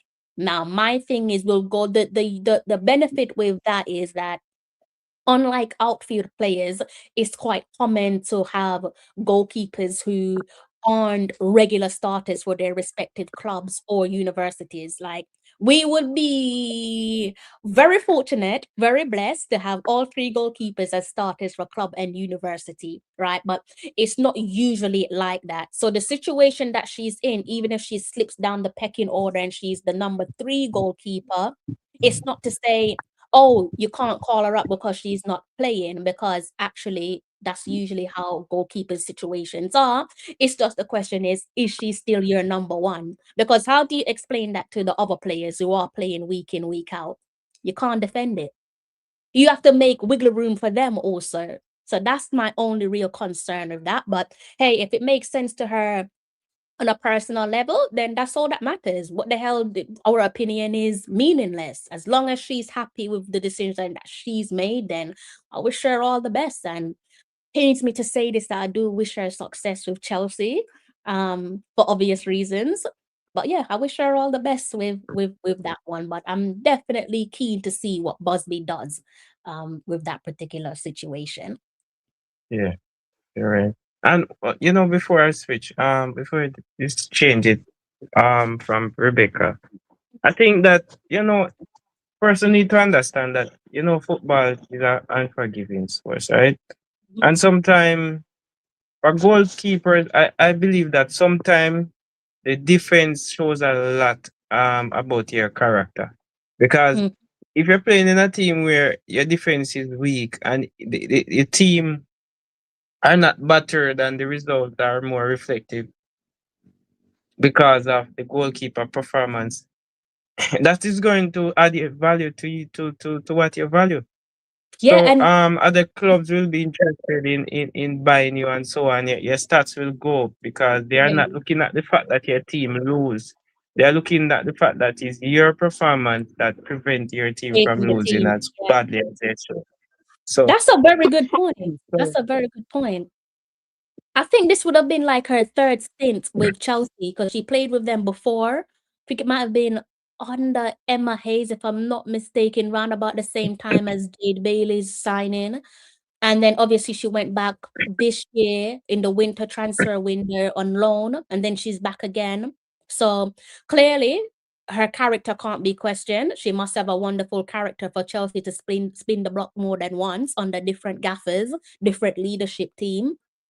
And also what she has done with Jamaica, you know, that contributes to something why they would have said, okay, yeah, you're someone that we can rely on.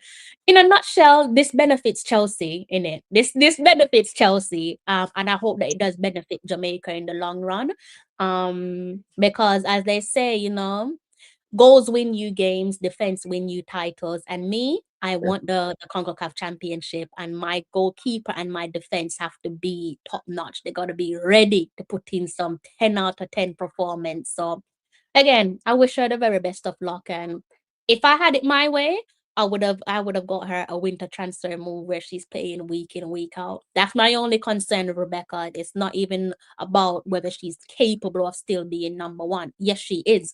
She's a quality goalkeeper. There's no secret to that. But my number one goalkeeper need to be playing week in, week out. You know? of course, but also, you know, when she was at Tottenham, the goalkeeper that they replaced her, Tottenham lose matches big too. So I don't know what they were doing at the time, but they should have realized that their defense is not that good, and it just making the keeper, our big shot stopper look like she's not that standard. And I hate it. I didn't like the fact that I didn't want, I'm not saying that she should have left, but the defense was questionable, and it's just making her thing look shaky now because of the shaky defense around her. I mean, even when the defense come good, the thing is, suppose on that day when they start her, the team just off and everything just a go wrong. So football is so unpredictable, and sometimes it's so harsh. And a player that deserve better. That's why they call this thing that, you know, this player underrated. But when you look at the stats, this player deserve more praises. So all of these things affect goalkeepers, and we should look into it and say, you know, she probably not getting enough game time because they good with the Chelsea have good goalkeeping options. But I Chelsea believe spoiled. that she can Spoiled. compete against them. Yeah, they're spoiled for goalkeepers. They are spoiled. They're stacked for goalkeepers. They're in a very favorable position. Like I said, this move favors Chelsea massively. Hopefully, in the end, it does favor Rebecca, because obviously I keep on saying it. I can't move the goalpost just because you're the number one. I just can't. Like, it's nothing personal, but I have high standards, high expectation from my number one goalkeeper, and that means play week in, week out. If not, your gaffer has to make amendments or wiggle room for the other players who aren't playing week in, week out. That's all I'm saying. You know, happy camp, And Chelsea, happy life. Chelsea, you not lose if you use Spence, you know, a brand you lose. You're losing a brand. You're not going to lose. I hope They're someone is fine. listening. Chelsea, when it comes to goalkeepers, they're fine, you know. They're good. But fair play to them. For me, they got the better deal. And obviously on a personal level, I don't want to know about players' salary because I'm not interested. I don't think it should be publicized. I don't think players' salaries should be publicized because I find that to be very intrusive. I feel like you don't have the right to know what a player is on. Like, nobody's telling you to buy the jersey. Nobody's telling you to buy your season ticket. Players should have some privacy, and I think their salary should be something that's kept between them and the clubs. I don't like knowing players' salaries because I don't want no one asking me how much am I earning. I feel like you're rude, you're intrusive, like mind your business. So I'm not going to go and investigate how much she's on because I don't care. That's her personal business. I hope she's on much more than what she was on when she was at Tottenham. Of course, you need to bring in that check Bigger one too. Bringing that money, you know. She's as I say, you know, goalkeepers have a longer shelf life than outfield players. So essentially, Rebecca can play this World Cup cycle and the next, in my opinion, if it's something that she wants to do. You know, I just yeah, but we'll wait. I don't know if you guys 876 Jamrak, thank you for that comment about Rebecca. I think we're spoken about Rebecca for a fair bit, so thank you for the comments. I don't know if you guys have any other conversations there for the Reggae Girls. Before we segue, we have to talk about Mr. Beckford and his team. Big ups to you guys there in the comment section. Conrad, big ups to you. Big ups to yourself. So yeah, do you have anything that you want to talk about before we segue to the rest of the Reggae Girls chat? Any other topics that you want to bring up? not well, Natasha. I'm excited about her. She Oh, she looks promising. yeah, she's different gravy. She's different gravy. I feel like that's what we've been wanting in our team. She's rough. Like she is rough, and that's what I want. I kind of feel like we're unintentionally a bit too soft as a team. That's physically, I find us to be a little bit too soft, but Natasha is far from that. Like she just seems it just feels like naturally she's just a rough player. Like she probably grew up playing with the boys. So that's probably why she's such a rough individual. But yeah, massive fan of hers. She's a excellent addition. And the club is doing a good job putting in all the information on her. Yeah, she's a tough cookie. Love that about her. And you know, when it comes to playing against the USA, I want to see what her mentality is like against the USA, because I feel like that's what you need. You need that roughness when you're going up against the USA, you know? So yeah, Natasha is a good shout. That's an excellent shout. Let's go, girls. Show the USA what we're made of. Let them know that we don't fear. Oh gosh. Ira Vibe says Bunny Shaw achievements deserves acknowledgement. So it looks like they want to turn this one into the Bunny Shaw show. So it looks like we're going to have to close off by talking about the greatest Jamaican footballer. Now keep your misogynistic comments to yourself. I get friendly with that block button. So if you're gonna be hurling misogynistic comments at myself, I'm the wrong person to do that with. I put the comments up on the screen for a reason. You got a headline: greatest Jamaican footballer. I think in the modern day and age, yes, there's no one that can compare to her. I don't know what you make of that, but I think definitely in the modern day and age, she is our greatest footballer. Don't know what you make of that, but yeah, what do you make of that? Do you think she's Jamaica's greatest footballer? Well, in my time following football, she is definitely. And viewers, person on the show watching, there's no way we could have closed and we didn't talk about Bunny Shaw. Right now, she's a big deal. Right now, she's the talk of the town. So remember, you put the icing on the cake. You don't put the main part on the icing. So we have to top it off with the icing. And Bunny Shaw tonight is the icing on the cake. So yeah. 100%. 100%.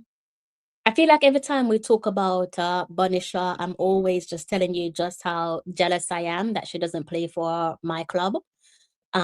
Really upsets me that she doesn't. I don't know. They just clearly weren't thinking. Like old school traditional Arsenal would have been all over Bunny Shaw's signature like a rash. But for some reason, they didn't sign the Bunny Shaw, and it does upset me, and I don't think it's something I'm ever going to get over. So I said I would love if she played for my club, but she doesn't. But you've got Jamaicans in the modern day and age. You have the best, the greatest Jamaican footballer playing for your club. How does that make you feel? You must be on the moon.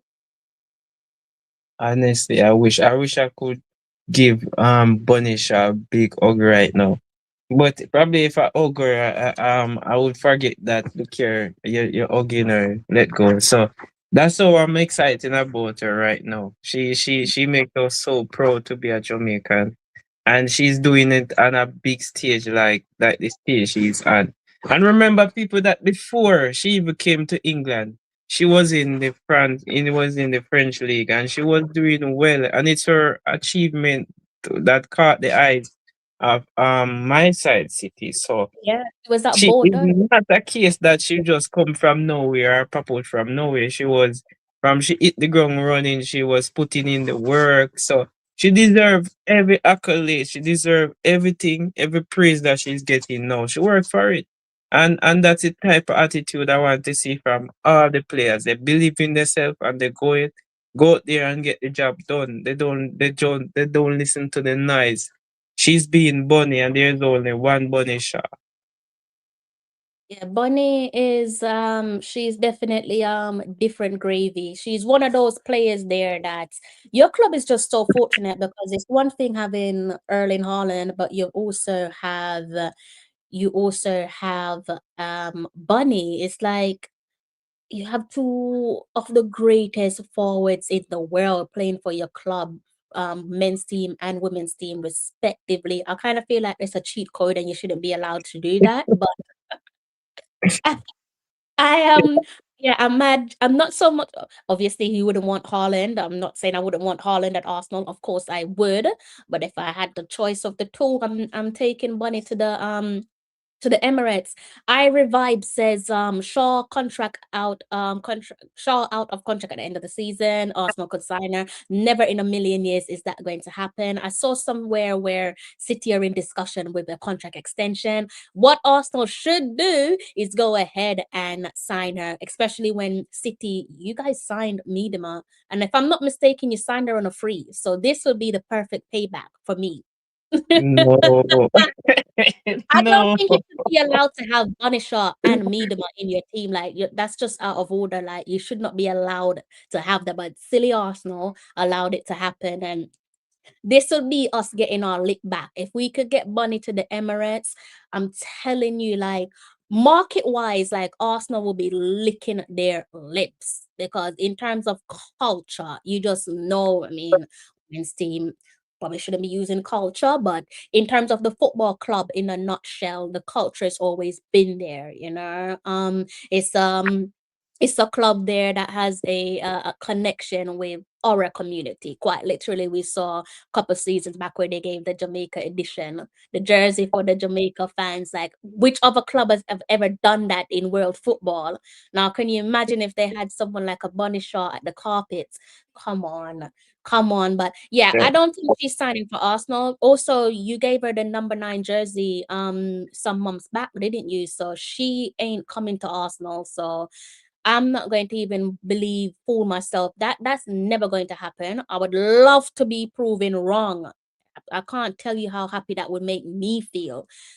And no one could talk to me neither if I had Bunny at my club. This is a player there that has scored a century of goals for Manchester City, 60 goals there for her country.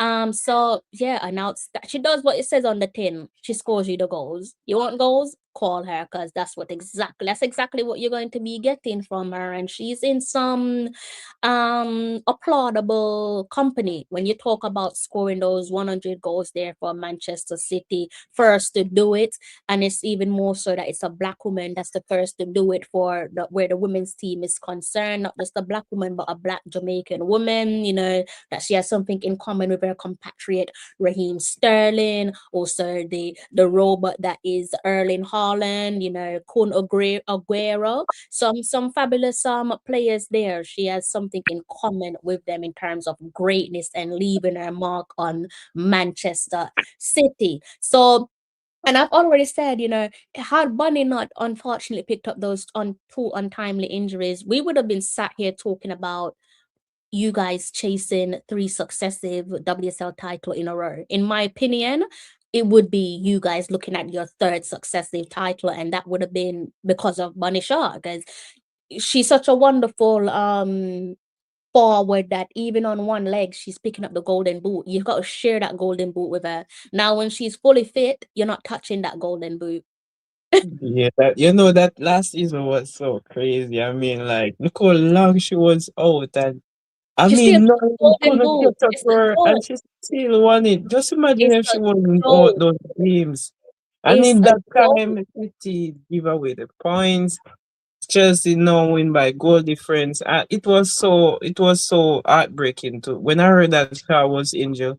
Cause I could have seen it, because I was seeing where because of Shaw absent from the Yeah, team, it was affecting us and we were dropping points that we shouldn't drop. And I'm saying, like, that sometimes I don't feel like Taylor. It was Taylor. I don't feel yeah, like he was Gareth Taylor. valued Shaw as much as, because when I look how Shaw get injured and the side crumble, the defense with all the score we dropping important points. I'm saying, that it's like Shaw. This team is built around Shaw. And when you take out the backbone of something, it's gonna collapse. So Yeah, that's what happened to us last season. I'm saying that, if they did manage Shaw playing time and manager, this would not have happened. Why at the important part of a season she got injured twice, and in those two seasons it cost us the title. Chelsea is very lucky to know that. I know that they were very glad or happy when they heard that Shaw, because they know that that's when they have a chance, and that season last year played out perfectly for them, yeah, because we were literally going to win. But when Shaw got into those set of games that Shaw were absent, it cost us. massively. I think what your club did I think what your club did was back Georgia Stanway, wasn't it? Because me and you had these conversations before, frustratingly, with Gareth Taylor about does he not fully back Bunny Shaw? And I think there's some arguments there that holds water. Like, do you not back her? Like, it didn't initially they didn't back her in the way they should have. And obviously we know there comes with a settlement period, I should say, where the player has to adjust. But I think Bunny Shaw was ready to go from day one. So the adjustment wasn't to do with her. Plus, at that time, she had Raheem Sterling under the same umbrella of Manchester City. So she needed something, she could have turned to Raheem. And I'm sure she probably has family in England as well that she could turn to. So I think adjustment wise was fine for her, but I don't think he trusted her. I think he preferred Georgia Stanway. I think that was the player there while when Bonnie first went to Manchester City, if memory serves me well. Do correct me in the comments section. I revived is saying you want Buddy to sign for Barca or Leon instead of extending at City. You're not feeling City. No, no, that is too harsh. Come on, Barcy. I know Barcy is a very attractive team, yes, but I know she definitely win the Champions League at She needs Barcy, to. but Onisha, listen, and this is why I'm going to be so onto Busby as well. Like I'm not letting him out my sight. I think she's, mm, I think Man City will win the WSL title this season. Um, it's going to take some doing to yeah, win the Champions League because you can see how many English teams have tried to win the Champions League. Chelsea have tried the hardest to win the Champions League, and still only Arsenal women have won it twice. No other English team have ever won the Champions League, where the women's team is obviously concerned. So I think it next up in Bunny's side is to win the league, and I think it is very likely that she's going to win the league. And then next up is you have to talk about the Champions League. You can't be talking about a player that's netted at that point. After she wins the WSL title, she would have netted over a century of goals. You have to win not just your league titles, but you have to be winning the Champions League. And when it comes to the women's side of things, I'm sorry, where the national team is concerned, Busby has work to do as well. Busby has work to do as well, and it simply means that it's not just about winning a trophy for Bunny; it's about winning a trophy for the Reggae Girls. You know, we've got a couple of those girls there that's now approaching. They're either in the 30s club, You know, like Tiffany Cameron, she's in the 30s club. Drew's in the 30s club. Rebecca's in the 30s club, and these are players there. I think by the time we play Brazil 2027, Bunny would have been in the 30s club. So those girls there are closing up on their career, soon to close up on their career. I think it's a sackable offense if you don't win a trophy with them. You have to win a trophy with them. We cannot be sat here talking about Bunny Shaw netting a century of goals for at that period for club and also country, but there is no major trophies, nothing to celebrate. She has to lift a trophy with her country, particularly if she's going to be done in that captain's armband. You have to be lifting a trophy for your country, and that is where Busby comes into play. Like, you better make sure that you win a trophy as the Reggae Girls head coach. If you know within yourself that you're not capable of lifting a trophy with them, pass the team on to someone else, because we can't be sat here talking about the greatest ever modern footballer not winning a trophy with her country simply because we didn't have the best coach to get that done. That for me isn't good enough. Of course, not good enough. Chad need more silverware. She deserves a chip. She has been playing at high quality. You remember? I know most of us remember the game, the Barca game where she scored in. She was tremendous that day. She did a Oh, yeah, great job. she roughed them up. She roughed them up. And that's why I think we can beat. That's a great point. I even forgot that. And that is why I think we can beat the USA. We can beat the USA. I wholeheartedly believe the Jamaica can beat the USA. I don't think Canada is much of a problem for us, but I do think we can beat the USA. Hmm? Let me just mute him. He's got something going on in his background. Mr. Beck, could I just mute you temporarily? Feel free to unmute when you want to. But yeah, guys, I do think that we can win a trophy with the women's team. And I think if we want to talk about Bunny Shaw again winning the Ballon d'Or, you have to win something with the national team. You want to win the Ballon d'Or? It's not just about winning the WSL. You go also, I think, win the Champions League. You must win something with the national team. So for me, I don't know about you guys. I don't know how the Reggae Girls feel. I'm not no player. But I think we're at a point now where we should adjust that goalpost. We now have to move the goalpost, because I'm not saying qualifying for the World Cup isn't good enough. It's great to qualify for another World Cup, but I feel like we're bigger. That cannot be our biggest celebration now. That cannot be our biggest celebration. It's time to just shift that goalpost a little bit and say, not only are we going to keep the crown of being the queens of the Caribbean, but we're now going to take the crown of being the queens of CONCACAF. And once you're aiming to be the queens of CONCACAF, by default, you already keep the crown for being the queens of Caribbean football. And I think we're bigger than being the queens of Caribbean football. We're bigger than qualifying for the World Cup. We need to now win trophies. So Busby needs to make sure that he gets that done. And I will keep on saying it. Vin Blaine, the former Reggae Girls head coach, said that we can beat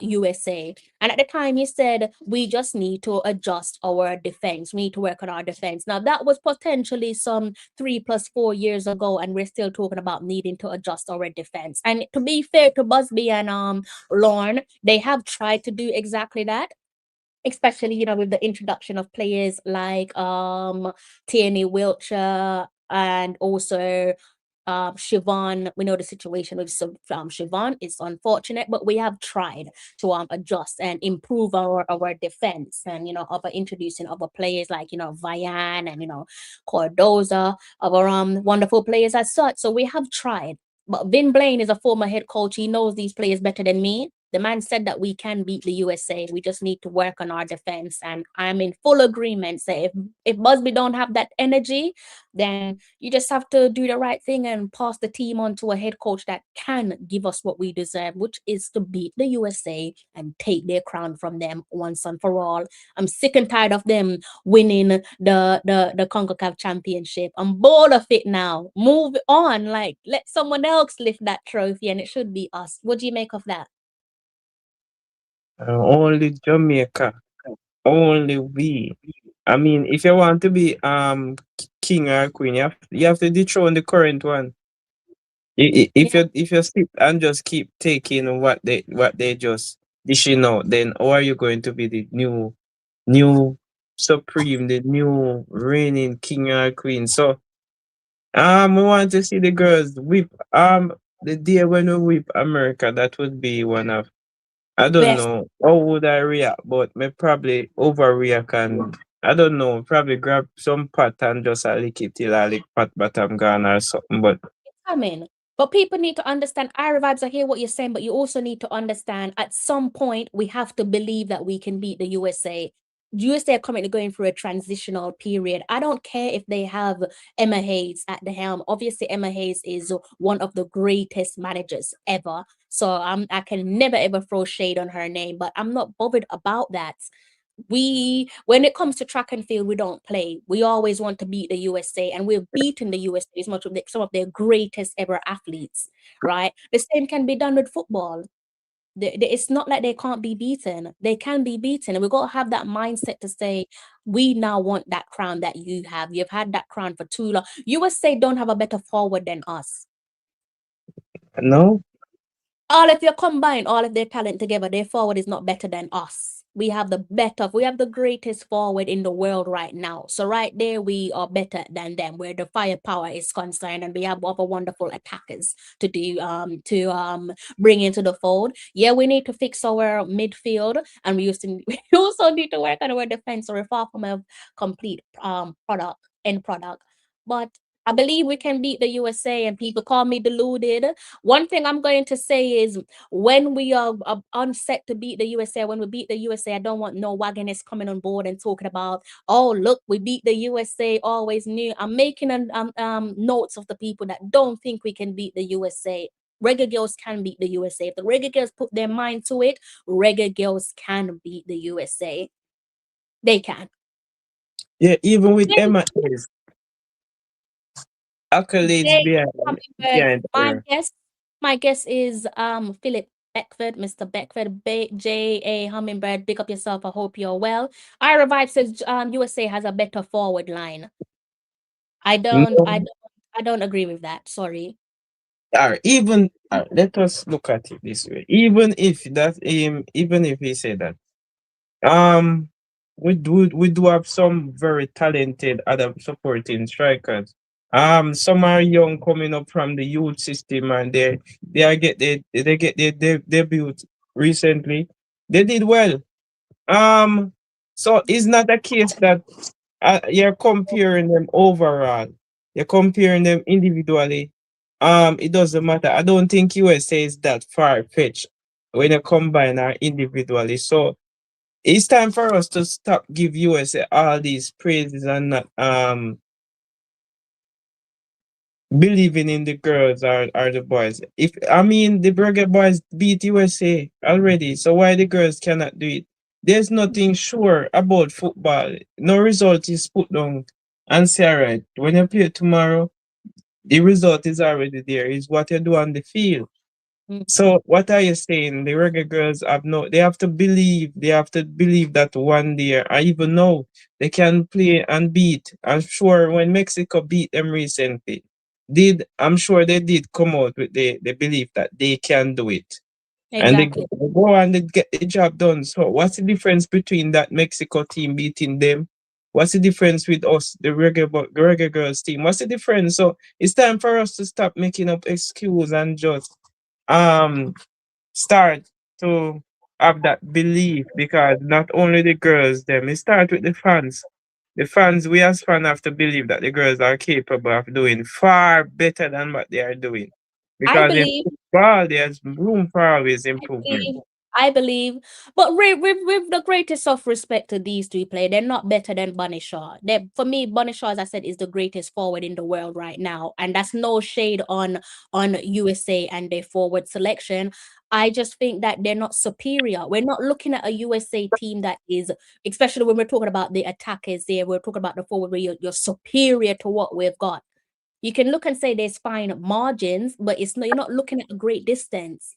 you're not looking at a great distance, in my opinion. But for that to be achievable, you have to believe it. You've got to believe that, look, small axe chop down big tree, and they're the big tree, and according to some, we are the small axe, so we need to get to work. But Vin Blaine said that they can be beaten, and this was with a team. I don't like to compare cycles, but Busby has obviously added quality to what we've got, right? So before we had what we have, with the addition of the firepower, Vin Blaine was saying we can beat the USA. I know he wasn't just saying that for fun. And this is a coach that knows the team. So if Vin Blaine is saying that we can beat the USA, I'm backing him. Of course we can beat the USA. Everybody can get beat. So DC, big up yourself. So sorry to hear that you are on unfortunate family issues at the moment. I'm really sorry to hear that. Thoughts and prayers for you and your family. Thank you for finding time to tune into the show, though. I hope that you and your family are all in great health. DC says Reggae Girls need a coach who can set up proper formation on the pitch. And this is why I'm not going to stop pressuring Busby, and I'm not going to stop demanding more. You've got to give us more. You have got to give us more. You got to give us more. And I'm not settling for the bare minimum. I'm not settling for the bare minimum. We need defenders. Yeah, I agree with you. I do agree with you. It needs to give us some defenders, and it needs to give us some midfielders. I've got a question I want to ask you guys, by the way. Speaking of defenders and midfielders, what do you guys make? Actually, let me not say it. Where do you think is Jody Brown's best playing position? So for yourself, Mr. Beckford, and the guys in the comment section, based on what we've seen with what Busby has done, what would you say is her best playing position? Well, I'm a fan of Jody Brown. I've known her since even before, and her progress is really good. But I believe that Jody Brown, she's a unique player, knowing that she has the flair, she has the tricks, and I think that she is good. And even if she's playing out of role or out of position, I believe that she can do a good job in even in midfield, because she's young, and I think she's adaptable. So she has been a very electric winger so far. It's just that sometimes her end product is not up to the standard that we know that Jody Brown can go up to. But sometimes she have bad games and the end product is not there. There are times she's very exciting and she do some really good tricky things and make some good passes, score goals and so on. But she has matured. I must say she has matured. The last game that I watched, where we thumped Dominica, I've seen glimpses of, and based on the highlights, I think she have improved, and and that's good. So she can play in midfield. I believe she have everything to play even in midfield. She can make some good through passes and some good diagonal passes. So yeah, she can step up and do that role. But she's young. She's young. She's our future. So yeah, she can be put in there from early. It's good. In fact that we have a chance to qualify. I think the coach should look into it now if it's a case that, because sometimes you don't get midfield. What do you do? Sit down and wait until midfielder come when you have players at their disposal that they can use and get that position fill instead of remain vacant. There are players who can fill that role. So before you talk about midfielder, why don't you use your players now and develop them into a midfielder? Are you saying that Busby can't do that? There's no way Coach Busby cannot. You're saying that he don't have that capability to transform a attacking player into a midfield, because midfield is about keeping the ball, attacking as well through transition, and that's the engine of the team. Without a midfield, yes, they have transition football, but they're still gonna need a good midfielder, because when you're transitioning, you need that vital pass, you need that cut-short pass where you just split the fence and so on. So yeah. It's funny that you've said that, because I don't know. So before I share my point, what do you guys think? Guys in the comment section, let me know where you think is Jody Brown's best playing position. All right. So let me just keep my eyes on the comment section. What's this $10 all about? I don't know what it's about. But big ups to you in the comment section. I'm not sure if you're trying to say something, but I don't know. Yeah, O'Shea is she's up there in age, isn't it? I don't know if that's someone that Busby is going to be turning to, but perhaps anything is possible in football. But let me know where you guys think is Jody Brown's best playing position. Let me know, all right? So talking about Jody Brown, that's one of my favorite players. I will die on that Jody Brown hill. To be fair to Busby, he has tried her as a midfielder. My thing is, I was watching her against Dominica, and obviously we don't want to jump ahead of ourselves, and we can, but at the end of the day, we can only play who's in front of us. So take nothing away from the girls' performance. That game against Dominica, there, I think it felt like a training ground routine. So I'm not going to jump the gun, but again, record number of goals flew past their net, 18 in total. So big ups to the guys in the coaching staff. Dion Burton, someone who's come under a lot of fire, but big ups to him. Big ups to the coach, the head coach as well, Busby, and also the players for going out there and creating history. But focusing on Jody Brown, again, in fairness to Busby, he has tried her in a number of positions. My favorite position for Jody Brown is the 10. I like her as a number 10. I do like her as a number 10. I was watching her against Dominica, and I felt that at times she found it difficult cutting in and like trying to readjust her body.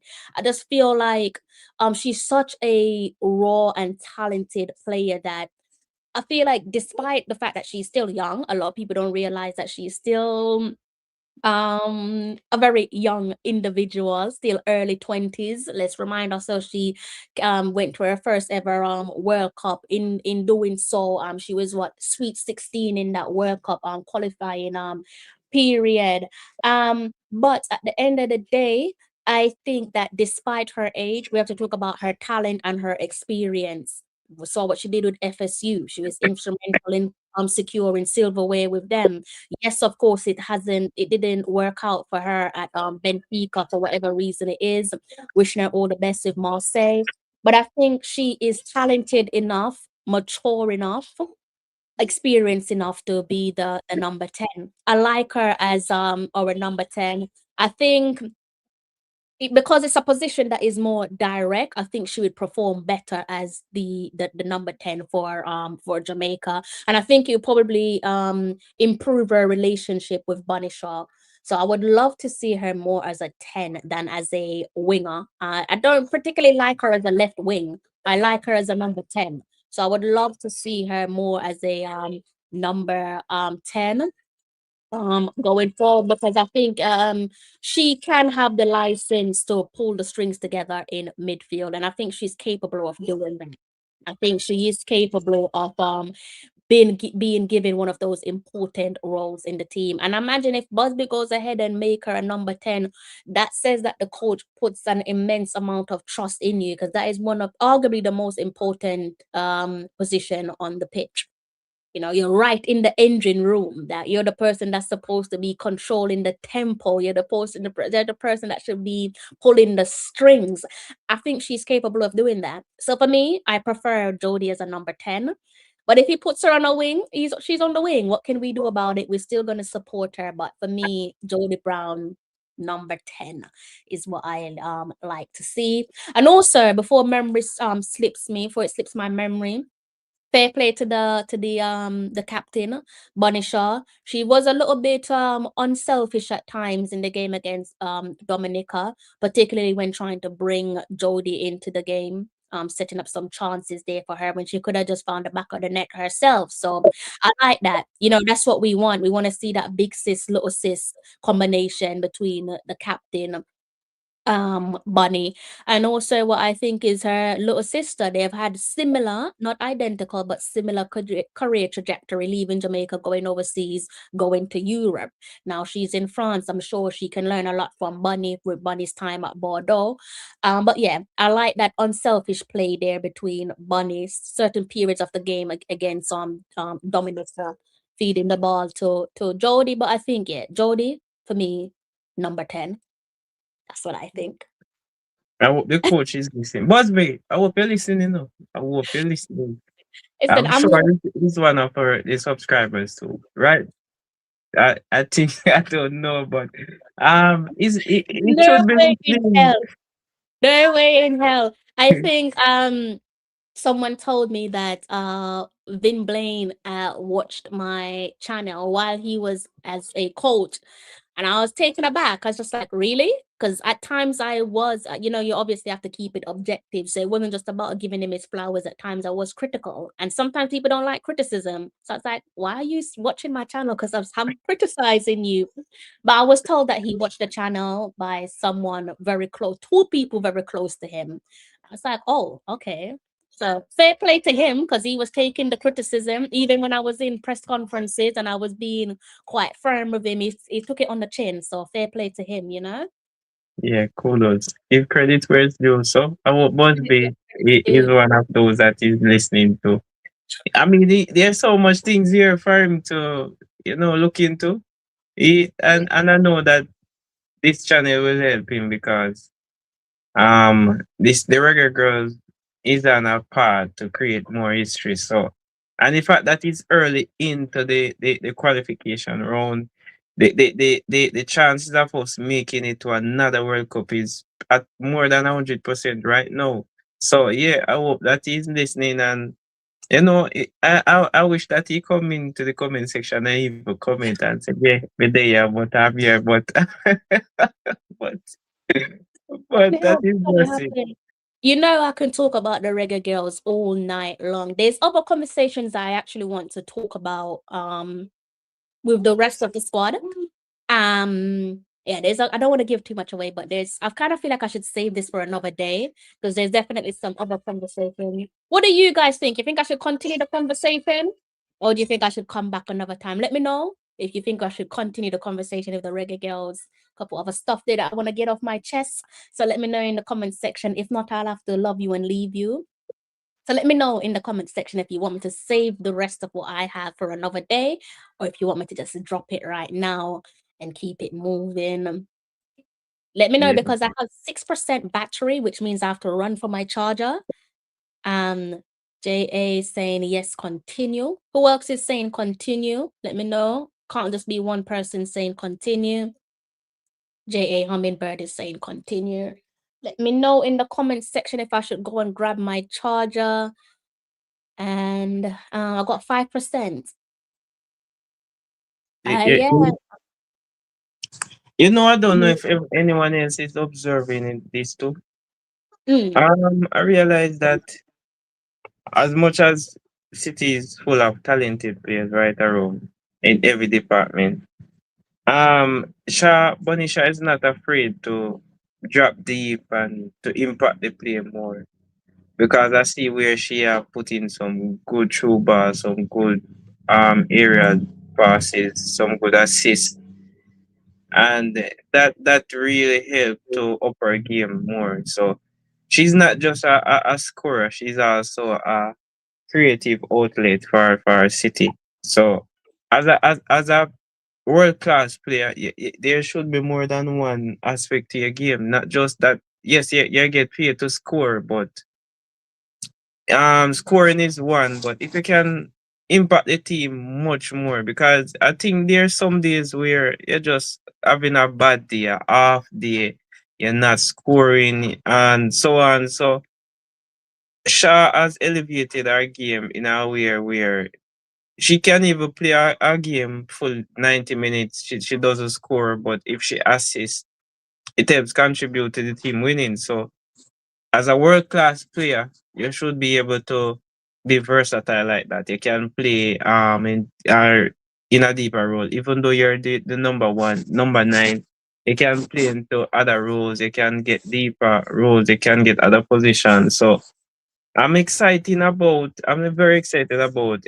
Would people would say probably Shy is peaking now, but let us see. We just hope that even in her 30s, she's still at her best because we need her not only at this cycle but also the other. It will help the team like experience and passing of knowledge because I'm sure that within the next two cycles there will be young players that will be in the system and they would like to learn from the best player right now in the world. So because Shaw earn her flowers without a doubt. And even if you don't like Shaw, because I believe that some people are still holding Shaw to what she said. I don't really want to go back there, but I still people are still holding Shaw for that. But that is You know, bygones. yeah, I listen. I feel like some people just wait for a reason to not like a person. Do you see what I'm saying? And that was their reason to just not like her. I don't think that's a good enough reason to completely turn against her. What I will say though is that what I want from my captain, if you're wearing the captain's armband, I just want you. Obviously, we can't fault her as a player. She's an outstanding player, but I want my captain to be able to differentiate loyalty and blind loyalty. Yeah, that's what I want my captain to do. And if she's able to do that, then I don't think we'll have those type of conversations there that you're alluding to. Yeah, just be able to differentiate loyalty and blind loyalty. And sometimes it's completely unintentional. And I can only say this because I've experienced that. I've experienced where I have unintentionally misplaced loyalty and blind loyalty. Didn't know that I was actually distributing blind loyalty, and that was hurting me. And I think that's one of the issues with the reggae girls is you're hurting yourself because you have yet to differentiate loyalty and blind loyalty, right? That's my opinion. That's just kind of what I would like for them to be able to do, just differentiate that loyalty and blind loyalty. But hopefully we don't see more of the same where people are, because I heard a couple of the stuff that you're kind of alluded to with people and their issue with Bunny. But like I said, as a footballer, you can't fault her because she's the best in the world. Yeah, so let's just live in the moment. Enjoy the fact that look here, people. This is a big deal, and some of us just don't understand. Just imagine how long is Shaw at City? She already reached 100 goals already. How much match it took to for her to achieve that feat? I think the last time when I look at it, it was like 113 or 14, something or 20. It's about that region. But she's up there in terms of stats compared to Alan. And we know that barring what the debate surround about whether Alan is better than Messi or Ronaldo, the fact still remains that he scored goals at a ridiculous stats. When I look at games that played compared to how fast he reached that feat, you have to give the man his flowers. So it's the same for Shaw. Whether you don't like her or not, she have put in the work, she's scoring, she's assisting, and the stats prove speaks for itself. There's no 100%. way you have because she was even scoring before she even reached Manchester City. And don't say She that was City always is a a fabulous. talented side. Yeah, she's improved, she's gotten better, but you could never ever doubt her as a goal scorer. At no point in her career could you have doubted her as a goal scorer. But again, I just really someone said it says that that's an unpopular opinion. It is unpopular, but I'm not here to tell you what you want to hear. I can only see based on my observation. I care about my team. So if I feel a certain type of way, I'm going to say it, whether you like it or not. My intention isn't to hurt you or to hurt your feelings, but if I'm looking at something, I'm going to say how I feel. If I see that Mr. Beckford is doing something because he's also a YouTuber, I'm going to say, hey, Mr. Beckford, XYZ, I don't like what you're doing. Like what you're doing is stupid, and here's why it's stupid. I've had times where I've had to say to um another YouTuber, and I'm sure he don't mind me saying it that look, I've had to say, look, yeah, what you're doing is madness. It's absolute madness. And despite the fact that you are the most influential YouTuber, I will still take that gamble. Whether we remain friends or not, I care less, because at some point down the future, you're going to say, you know what, Crystal was right. I might not have liked what she said at the time, but she was right, and it was said in good faith. You know, so yes, it's probably an unpopular in opinion, but again, just touching on what you've said, what you alluded to, I think that comes from the blurred lines between loyalty and blind loyalty. In my opinion, what's this saying?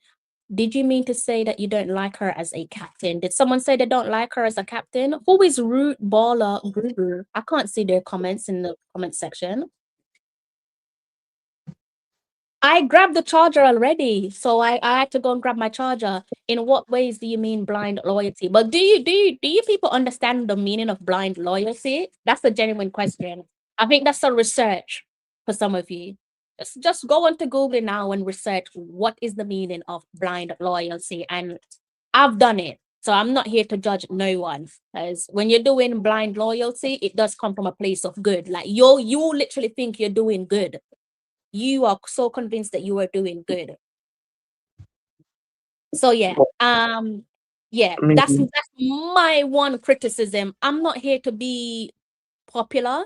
I'm not here to tell nobody what they want to hear. I can only share my opinion respectfully. And like I said, I'm not here to hurt people's feelings. But if I see something, I'm going to say it, you know? You don't have to agree. Oh, J.A. Hummingbird. Okay, thank you for that.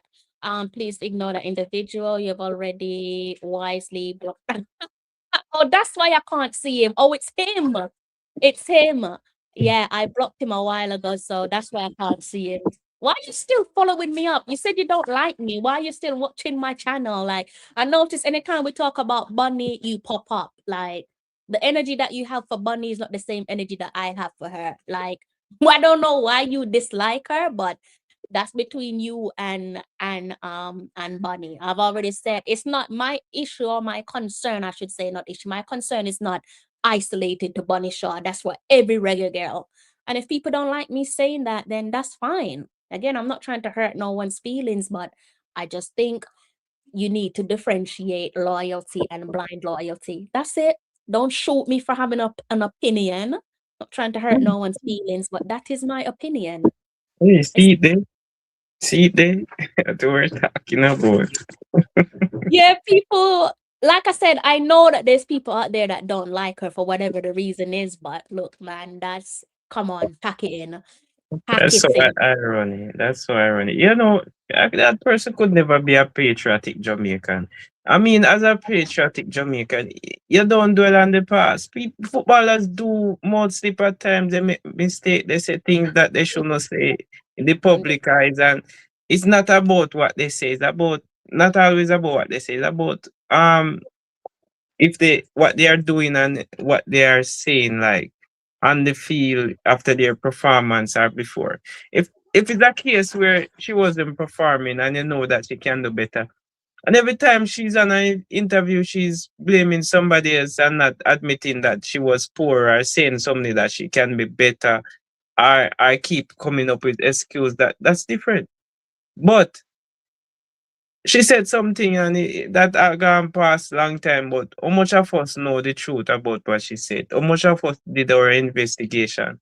So at the same time, it's like it's what I say, 2 1 after the other. To be honest, I don't even think you can try. I know you're trying to make sense of it, but it's pure nonsense. Like, that is not the reason why they dislike her. It's not the reason why they dislike her. They dislike her for a more sinister reason. Whatever she said is like, that's not the real reason why they dislike her, because Reggae Boys have said far worse than what Bunny Shaw has ever said when representing the national team. They've said far worse and they've done far worse, yet still you don't have that big back energy for them, but you have energy for her. So it's nothing to do with what she said. Like, it's quite literally nothing to do with what she said. It's misogyny. A lot of people just feel like women should know their place. You must not challenge men. You should just keep it short and take the disrespect and not challenge people, especially when it comes to their male counterparts. I disagree. No But one's going to tolerate disrespect. No one should tolerate disrespect. that's the main reason. I know that's the main reason. But No it has, one should tolerate I disrespect. know that's the main I'm reason. never, I'm never going to say that a reggae girl or any reggae girls or any reggae girl should tolerate disrespect or should not utilize their voice. Yeah, utilize your voice. If you think it's the right thing to do, utilize your voice. Speak up, fight back. I expect you as young girls and women to not lay down and have people walk over you, not allow people to take advantage of you. I expect you to fight back as women. You have to fight back. It's Yeah, natural. for that main reason, come on, Shaw didn't get up one day and she just become or achieve what she did. She put in the work. So if the Mm. boys are not putting in the work to reach or achieve the feat that it's not her fault. She's doing what she do best. And that is should never be a reason for anyone to not like her because whether it's the fact that it's a man's sport. Women do great things in football too, and I'm sure a lot of people know that. I see a lot of female that I know if I said I want to do a one-on-one, I would be humiliated right through. And that's just it.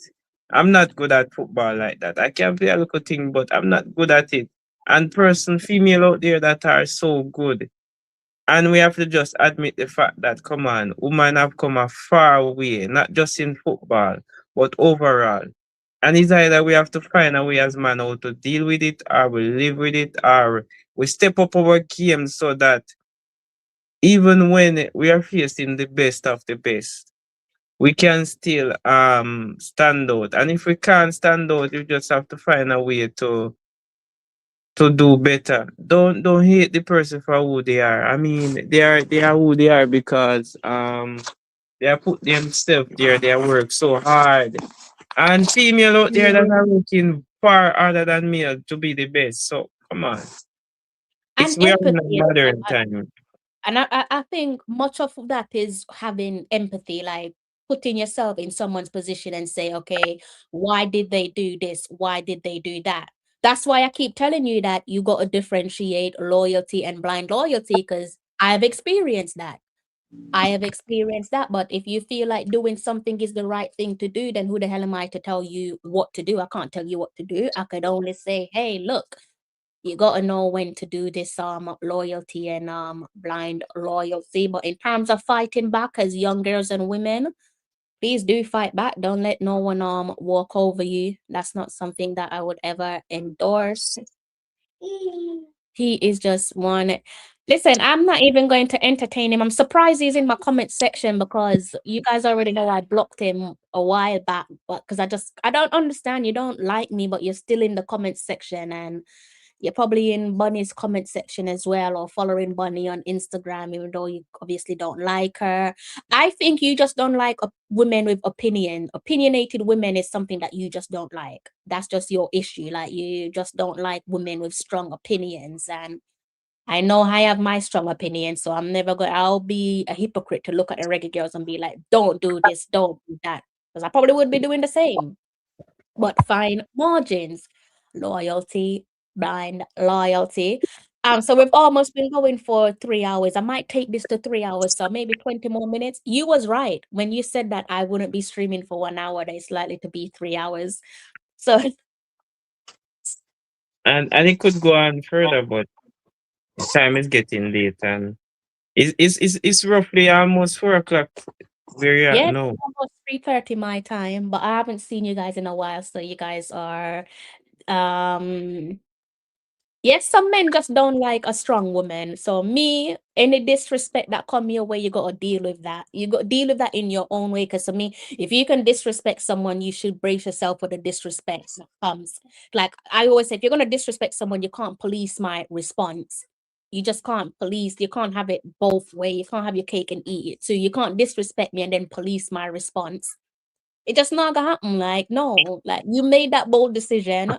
I'm going to respond to you, and you don't get to play the victim because that's what a lot of people do. Like they poke at you, you respond, and because people can't see them poking at you, you look like the bad guy. Like you literally look like the aggressive one because you finally reacted to something that they've been doing all along. But yeah, stand up for yourself, young girls, young women, fight back, stand up for yourself. Don't tolerate no disrespect.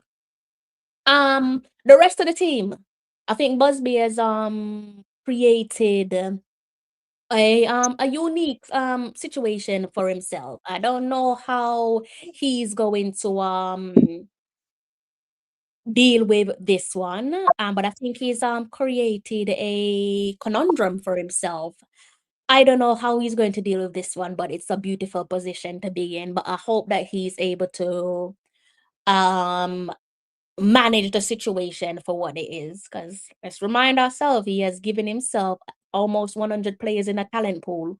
When you go out there and you recruit at least close to 100 players, at the time he said 60 players, it's probably 60 plus or 60 or less, thereabouts. Nevertheless, it's over 50, so it's closer to 100 than it is to 0. So he has almost 100 players in his talent pool. So that tells you that he's planning for the future. And again, that's where I can give him credit, because the conveyor belt keeps on going. It's not waiting to be stagnant. That's one thing that the reggae boys can learn from the reggae girls. Like, the conveyor belt keeps on going, it keeps on turning, it keeps on turning. Like, they're not waiting for situation to arise. They're being proactive. I think by getting that number of players in your talent pool, you are being proactive. And if you actually look at his team selection for the 23 players being called up, you have a mixture of young players and experienced players. And what that tells me is that we're in a position where we should at some point do like a seamless baton exchange, where you're passing on the baton to the next generation, a bit like what Shelley and Fraser Price did at the I don't want to talk about it, but I'm not gonna go down there. It's emotional. So yeah, we are in a position where we're able to do that. And it is very emotional because we're looking at those players there from the first successful World Cup cycle, and they're no longer spring chickens. Sorry to say, but they're going up there in age. My thing is, what does Busby do with these players? I hope that it's not a case of what we've seen in the past where players are beat intentionally or unintentionally just shoved to the wayside, because I don't like that. And I think you don't know what you do to a player mentally when you just shove them to the side. I'm hoping that when players are now, like, when you move on from players, that you still do checkups on them. Yes, you can say you don't owe them nothing, but yes, you do. You do. No one wants to be treated like a piece of crap at the end of the day. No one wants to be forgotten. It doesn't hurt to check in on players to ask, how are you? How are you doing? Is there anything that I can help you with for your future aspirations? What's your plan B? A lot of stuff like that, just to let them know that they feel they are still appreciated and you still think of them. Yes, you don't have to do it, but it's still a wonderful thing to do, especially when you're talking about those trailblazers. A lot of the girls, they're Jamaican born, and more so the girls from the diaspora. They have helped to put to bed this old belief that diaspora players don't have the heart to represent the national team. They do. Dion Burton is evident of that. Marcus Gale is evident of that. Paul Hall is evident of that they do have the heart to represent the black, gold, and green. And so does a couple of the reggae girls. You got your Tiffany Cameron, you got your Marla Sweatman, Chinelu Asher, the Swaby sisters, Dominic Bonflaza, players of the past like your Alika Keane, your Nicole McClure, still here, Sydney Schneider. The list goes on. Much of our success is down to diaspora born players. My thing is, where does he go from here? Like, what's he going to do with the aging players? What do you think he should do with the aging players, especially when they got those younger talents there hot on their heels? What do you think he should do? It's a healthy competition at the moment, and it's good because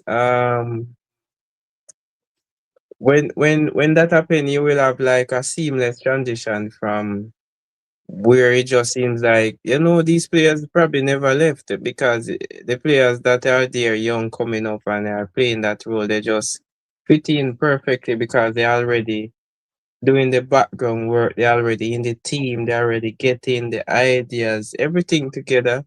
and the experience behind, and and their belt. So yes, this is good. I like the mixture. And if you want something to be continuous, you have to have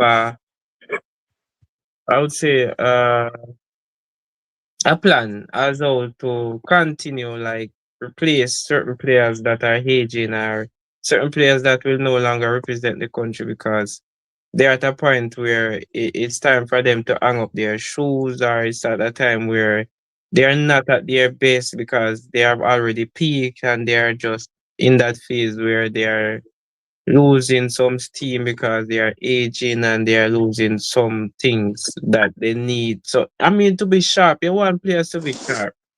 And Okay. in every sports, you have to have transition. Unless it's a case where they say it's a one team wonder, 1 year wonder. This year you're good and then next year you crumble. Yeah, it's like you start all over again. And starting all over again not gonna help us. It won't help us at this Mm. point because we're trying to build a brand that the younger person coming up, they want to be fully in it because just as the team aging, you have supporters aging. So we want everybody on board, the young, the old, the mid-age, everybody on board so that the girls get more support. Don't think That the is players are the so ones funny. aging, even the It's so supporters. funny. It's not just the place that's aging. I'm aging as well. That is, I'm Yes. I mean, every year there's no, another one. I'm it's not like, well, hilarious. No, I you're can't right believe I'm because approaching that age. pick up yourself, Mr. Galaxy. Okay, I got you now. I got you now. So Mr. Galaxy is saying it's an unpopular opinion that the person on screen made about Buddy Shaw. All right. I don't know the comments that he made because I can't see his comments, but yeah, he made a comment about Bunny, and thank you guys in the comment section for nipping that one in the bud. But yeah, you're right, because when the girls qualified for their first World Cup, I was in my 20s. Oh my God, Jesus. Wow, When you're you right. think is, I was in my 20s. and look at you know, I mean, a time has fly so fast. You don't you see? So Yeah. yes, the younger ones coming up, they should be in this. I mean, you don't have to be like a football lover like that. When you hear that the reggae girls or the reggae boys qualify for a World Cup, because you know what I realize when they come on to World Cup, a person just carry a team and they not even can tell some play how much They players don't that care. It just, yeah, they're just like, yep, I'm going with this team. That's my team. But no, the older players there, I think I'm probably singing from the same hymn sheet. I think the coach, he's probably planning on doing that already, but I wouldn't be surprised if he then makes adjustments to their playing position, especially when you're talking about those attackers there. Give them something that comes with less how do I want to word it? Um like a free roll, like yeah.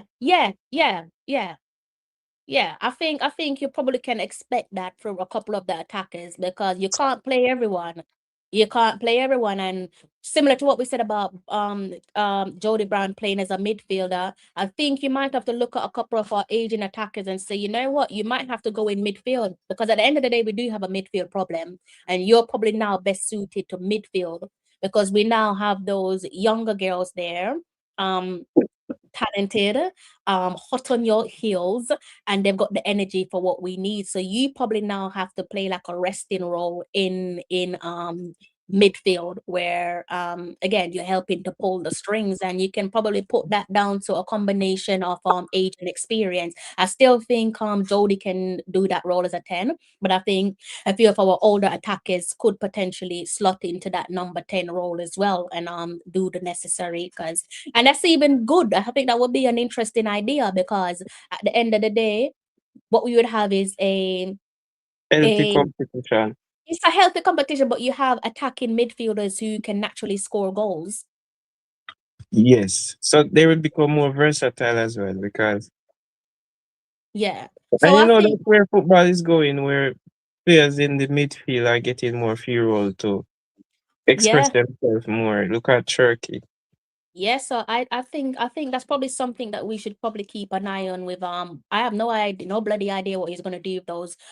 My thing is I know some people are going to be talking about, oh, you don't have time for sentiments. I'm not a fan of just shoving players to the side and forgetting all about them, particularly when we're talking about mental health. Like, what is the point of us saying that we need? And by the way, I hope that the JFF have gotten Mr. Nicholas Powell to tie him down to a contract extension or some contract, a long-term contract, because again, what's the point of bringing Nicholas Powell back into the fold if we're then not going to take care of our players' well-being? You have to do your role to take care of their well-being. If it's kind of hypocritical of you to get a sports psychologist. So one thing I'm hoping that they do in 2026 is get Mr. Nicholas Powell time down to a long-term contract, because I think your team is we're sat here talking about wanting to beat the USA. You're going to need that man in your backroom staff if you're looking to beat the USA. Fine margins. The players have to believe that they can beat the likes of the USA. And for me, in modern sports, elite sports, competitive sports, you're incomplete if you don't have a sports psychologist. You need your sports psychologist. So your team doctor obviously can deal with the physical issues. A tight hamstring can deal with that. You know, player tore their ACL, you can deal with that. But no disrespect to the team doctor, but I should think he or she can't deal with the mental aspect of the game, which is why I think, unless I'm told otherwise or until I'm told otherwise, every team is incomplete without your sports psychologist. Your sports psychologist is, for me, arguably one of the most important member of your backroom staff. One Of course, of the most important, and you're incomplete without your sports psychologist. of course. Just look at City last season. I think that will tells you everything. That will tell you everything. Remember City performance last season before the ending of the season. I mean, I'm going to use one player for example, and if you watch some interviews or read some podcasts or some newspaper or some news, you realize that Phil Foden, for example, was going through some off-field stuff, and that See? look how that affected his performance. Look at the Phil Foden we are seeing now this season. It's Yep. totally different from last season. We have seen the Phil Foden that we should have seen last season, and the trajectory that he's moving in. That tell you that he's progressing and he's fully focused back again. And Yeah. I mean, there was an interview where he opened up and he expressed what he was going through, and he admit people were saying, say Phil Foden look like he's going through some stuff at home or some personal business. Why this is Go not for a what he lot. used to? They go for a lot, especially like I say, women's football is so horrendous. Like the stuff that these players go through on a daily basis, like where like club is concerned, it's like it's unimaginable. It's unimaginable. So I think they should always have access. I mean, what JFF need to do is, one of my pet peeve with them is they've been too prideful. When you're dealing with people's mental health, you can't be too full of pride. So it could be something as simple as to put out there that you're searching for a mental health. You're doing like searching for a sponsor for your sports psychologist. I guarantee you within a month you should be able to find a sponsor for your sports psychologist, right? And that could just, you could even find different number of sponsors. So you can have like a top tier sponsor, second tier sponsor, or third tier sponsor that will cover the duration of, let's say, an entire World Cup cycle. And then halfway through the cycle, you renegotiate or search for an extension. But yeah, they gotta find a way to make it work. You need your sports psychologist. Based on my observation, if I'm not mistaken, I don't think he was present at the last camp, which I think was disappointing. I didn't see him in camp. I might be wrong, could be wrong, but I didn't see Mr. Powell in camp. So hopefully as of next year, we get a permanent, well, I'm hoping and praying to God he'll be the permanent sports psychologist. We've got about 5 more minutes until we wrap this one up. 4 minutes. Over to you to go ahead and plug your channel. 4 minutes all to yourself. Oh yes, thank you very much.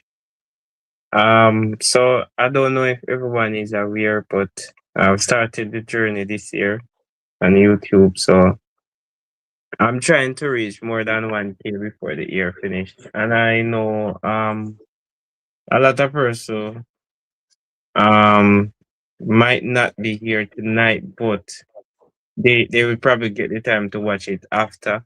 They'll get the chance to watch it some other time, even if they can't tonight. But I started the journey already. I think I'm at 400 and that, so I'm approaching that 1K. And I really wanted to achieve the 1K before 2025 finish.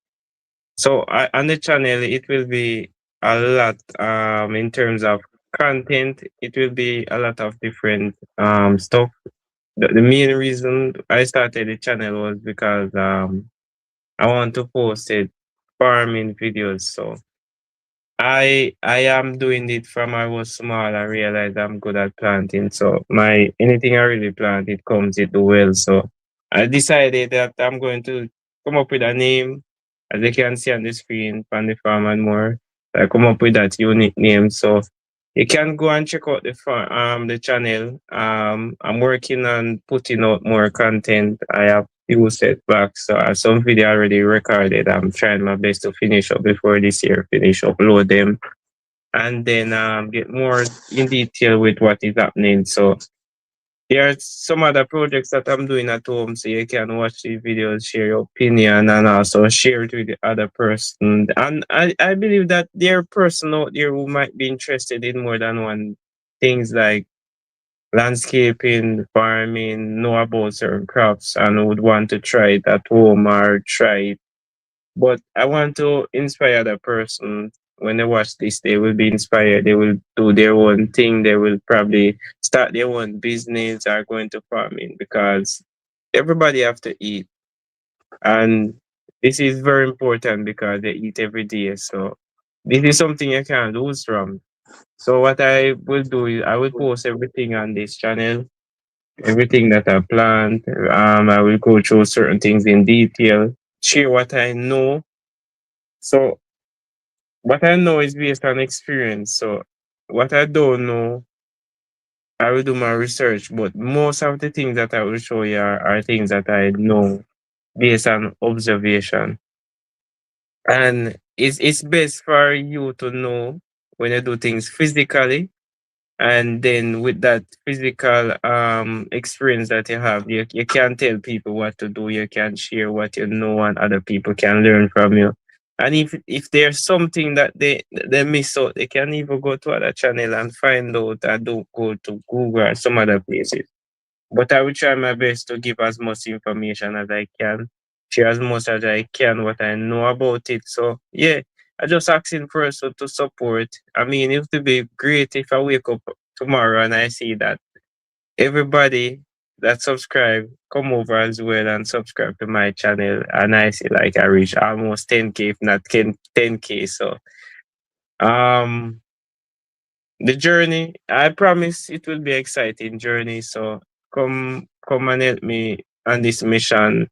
I'm sure that you will get good content, you will learn something, and you will be inspired also to, get some things done that you probably want to get done from a while, and you don't have that drive, you don't have that motivation.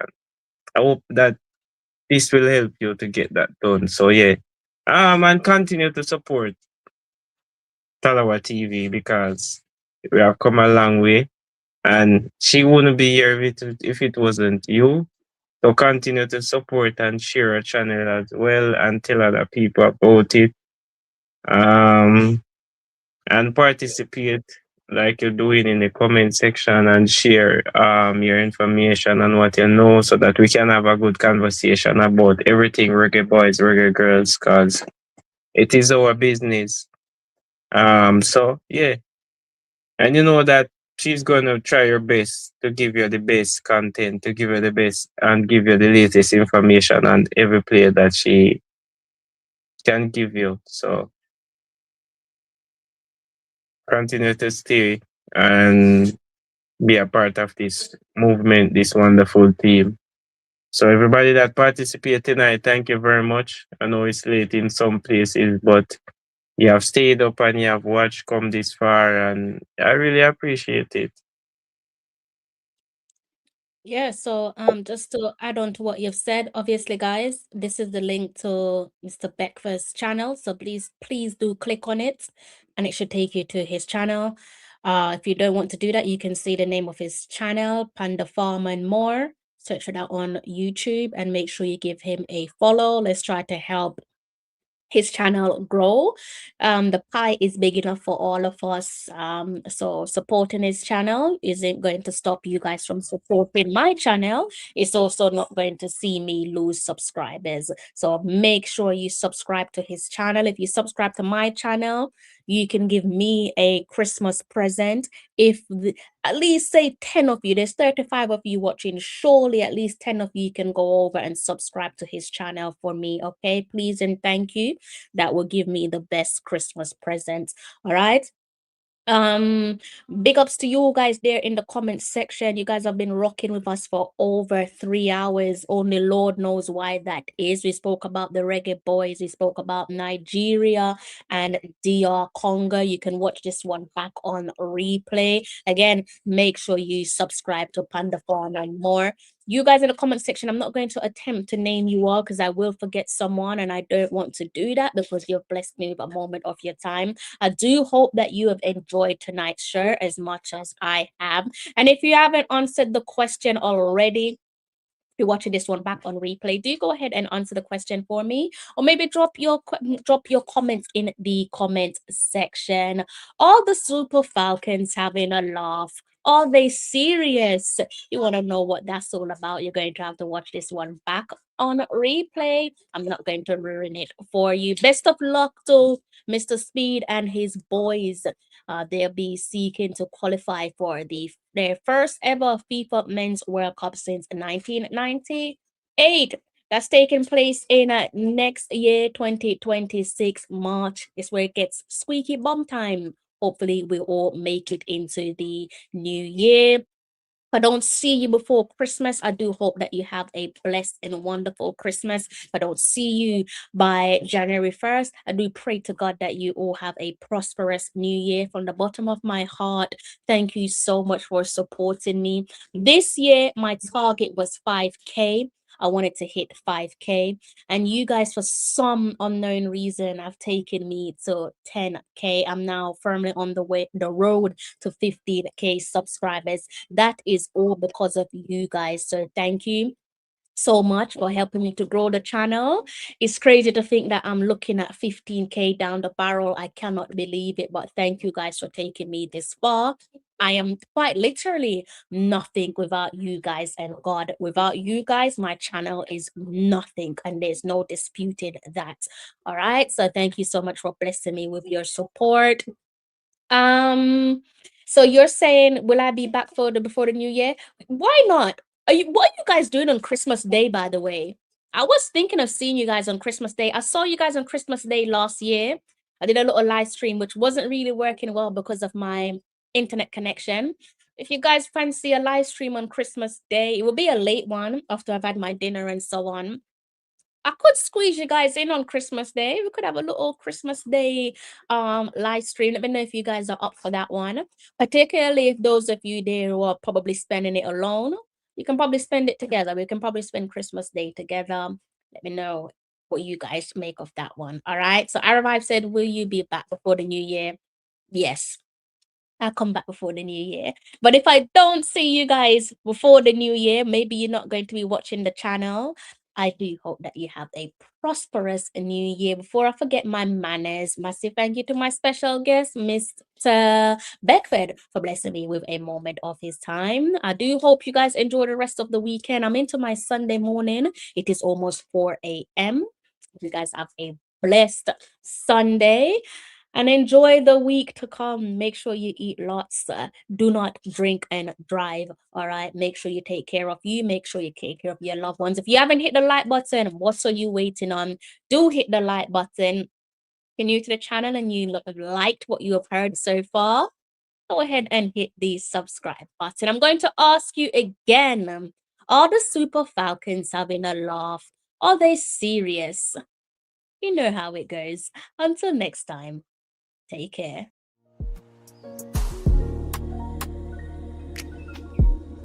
We built this out of love, out of pride, shining a light from the island to the diaspora to the world. A golden beacon of sports, music, and everything in between. The very best of Jamaica. We're little, but we're Talawa.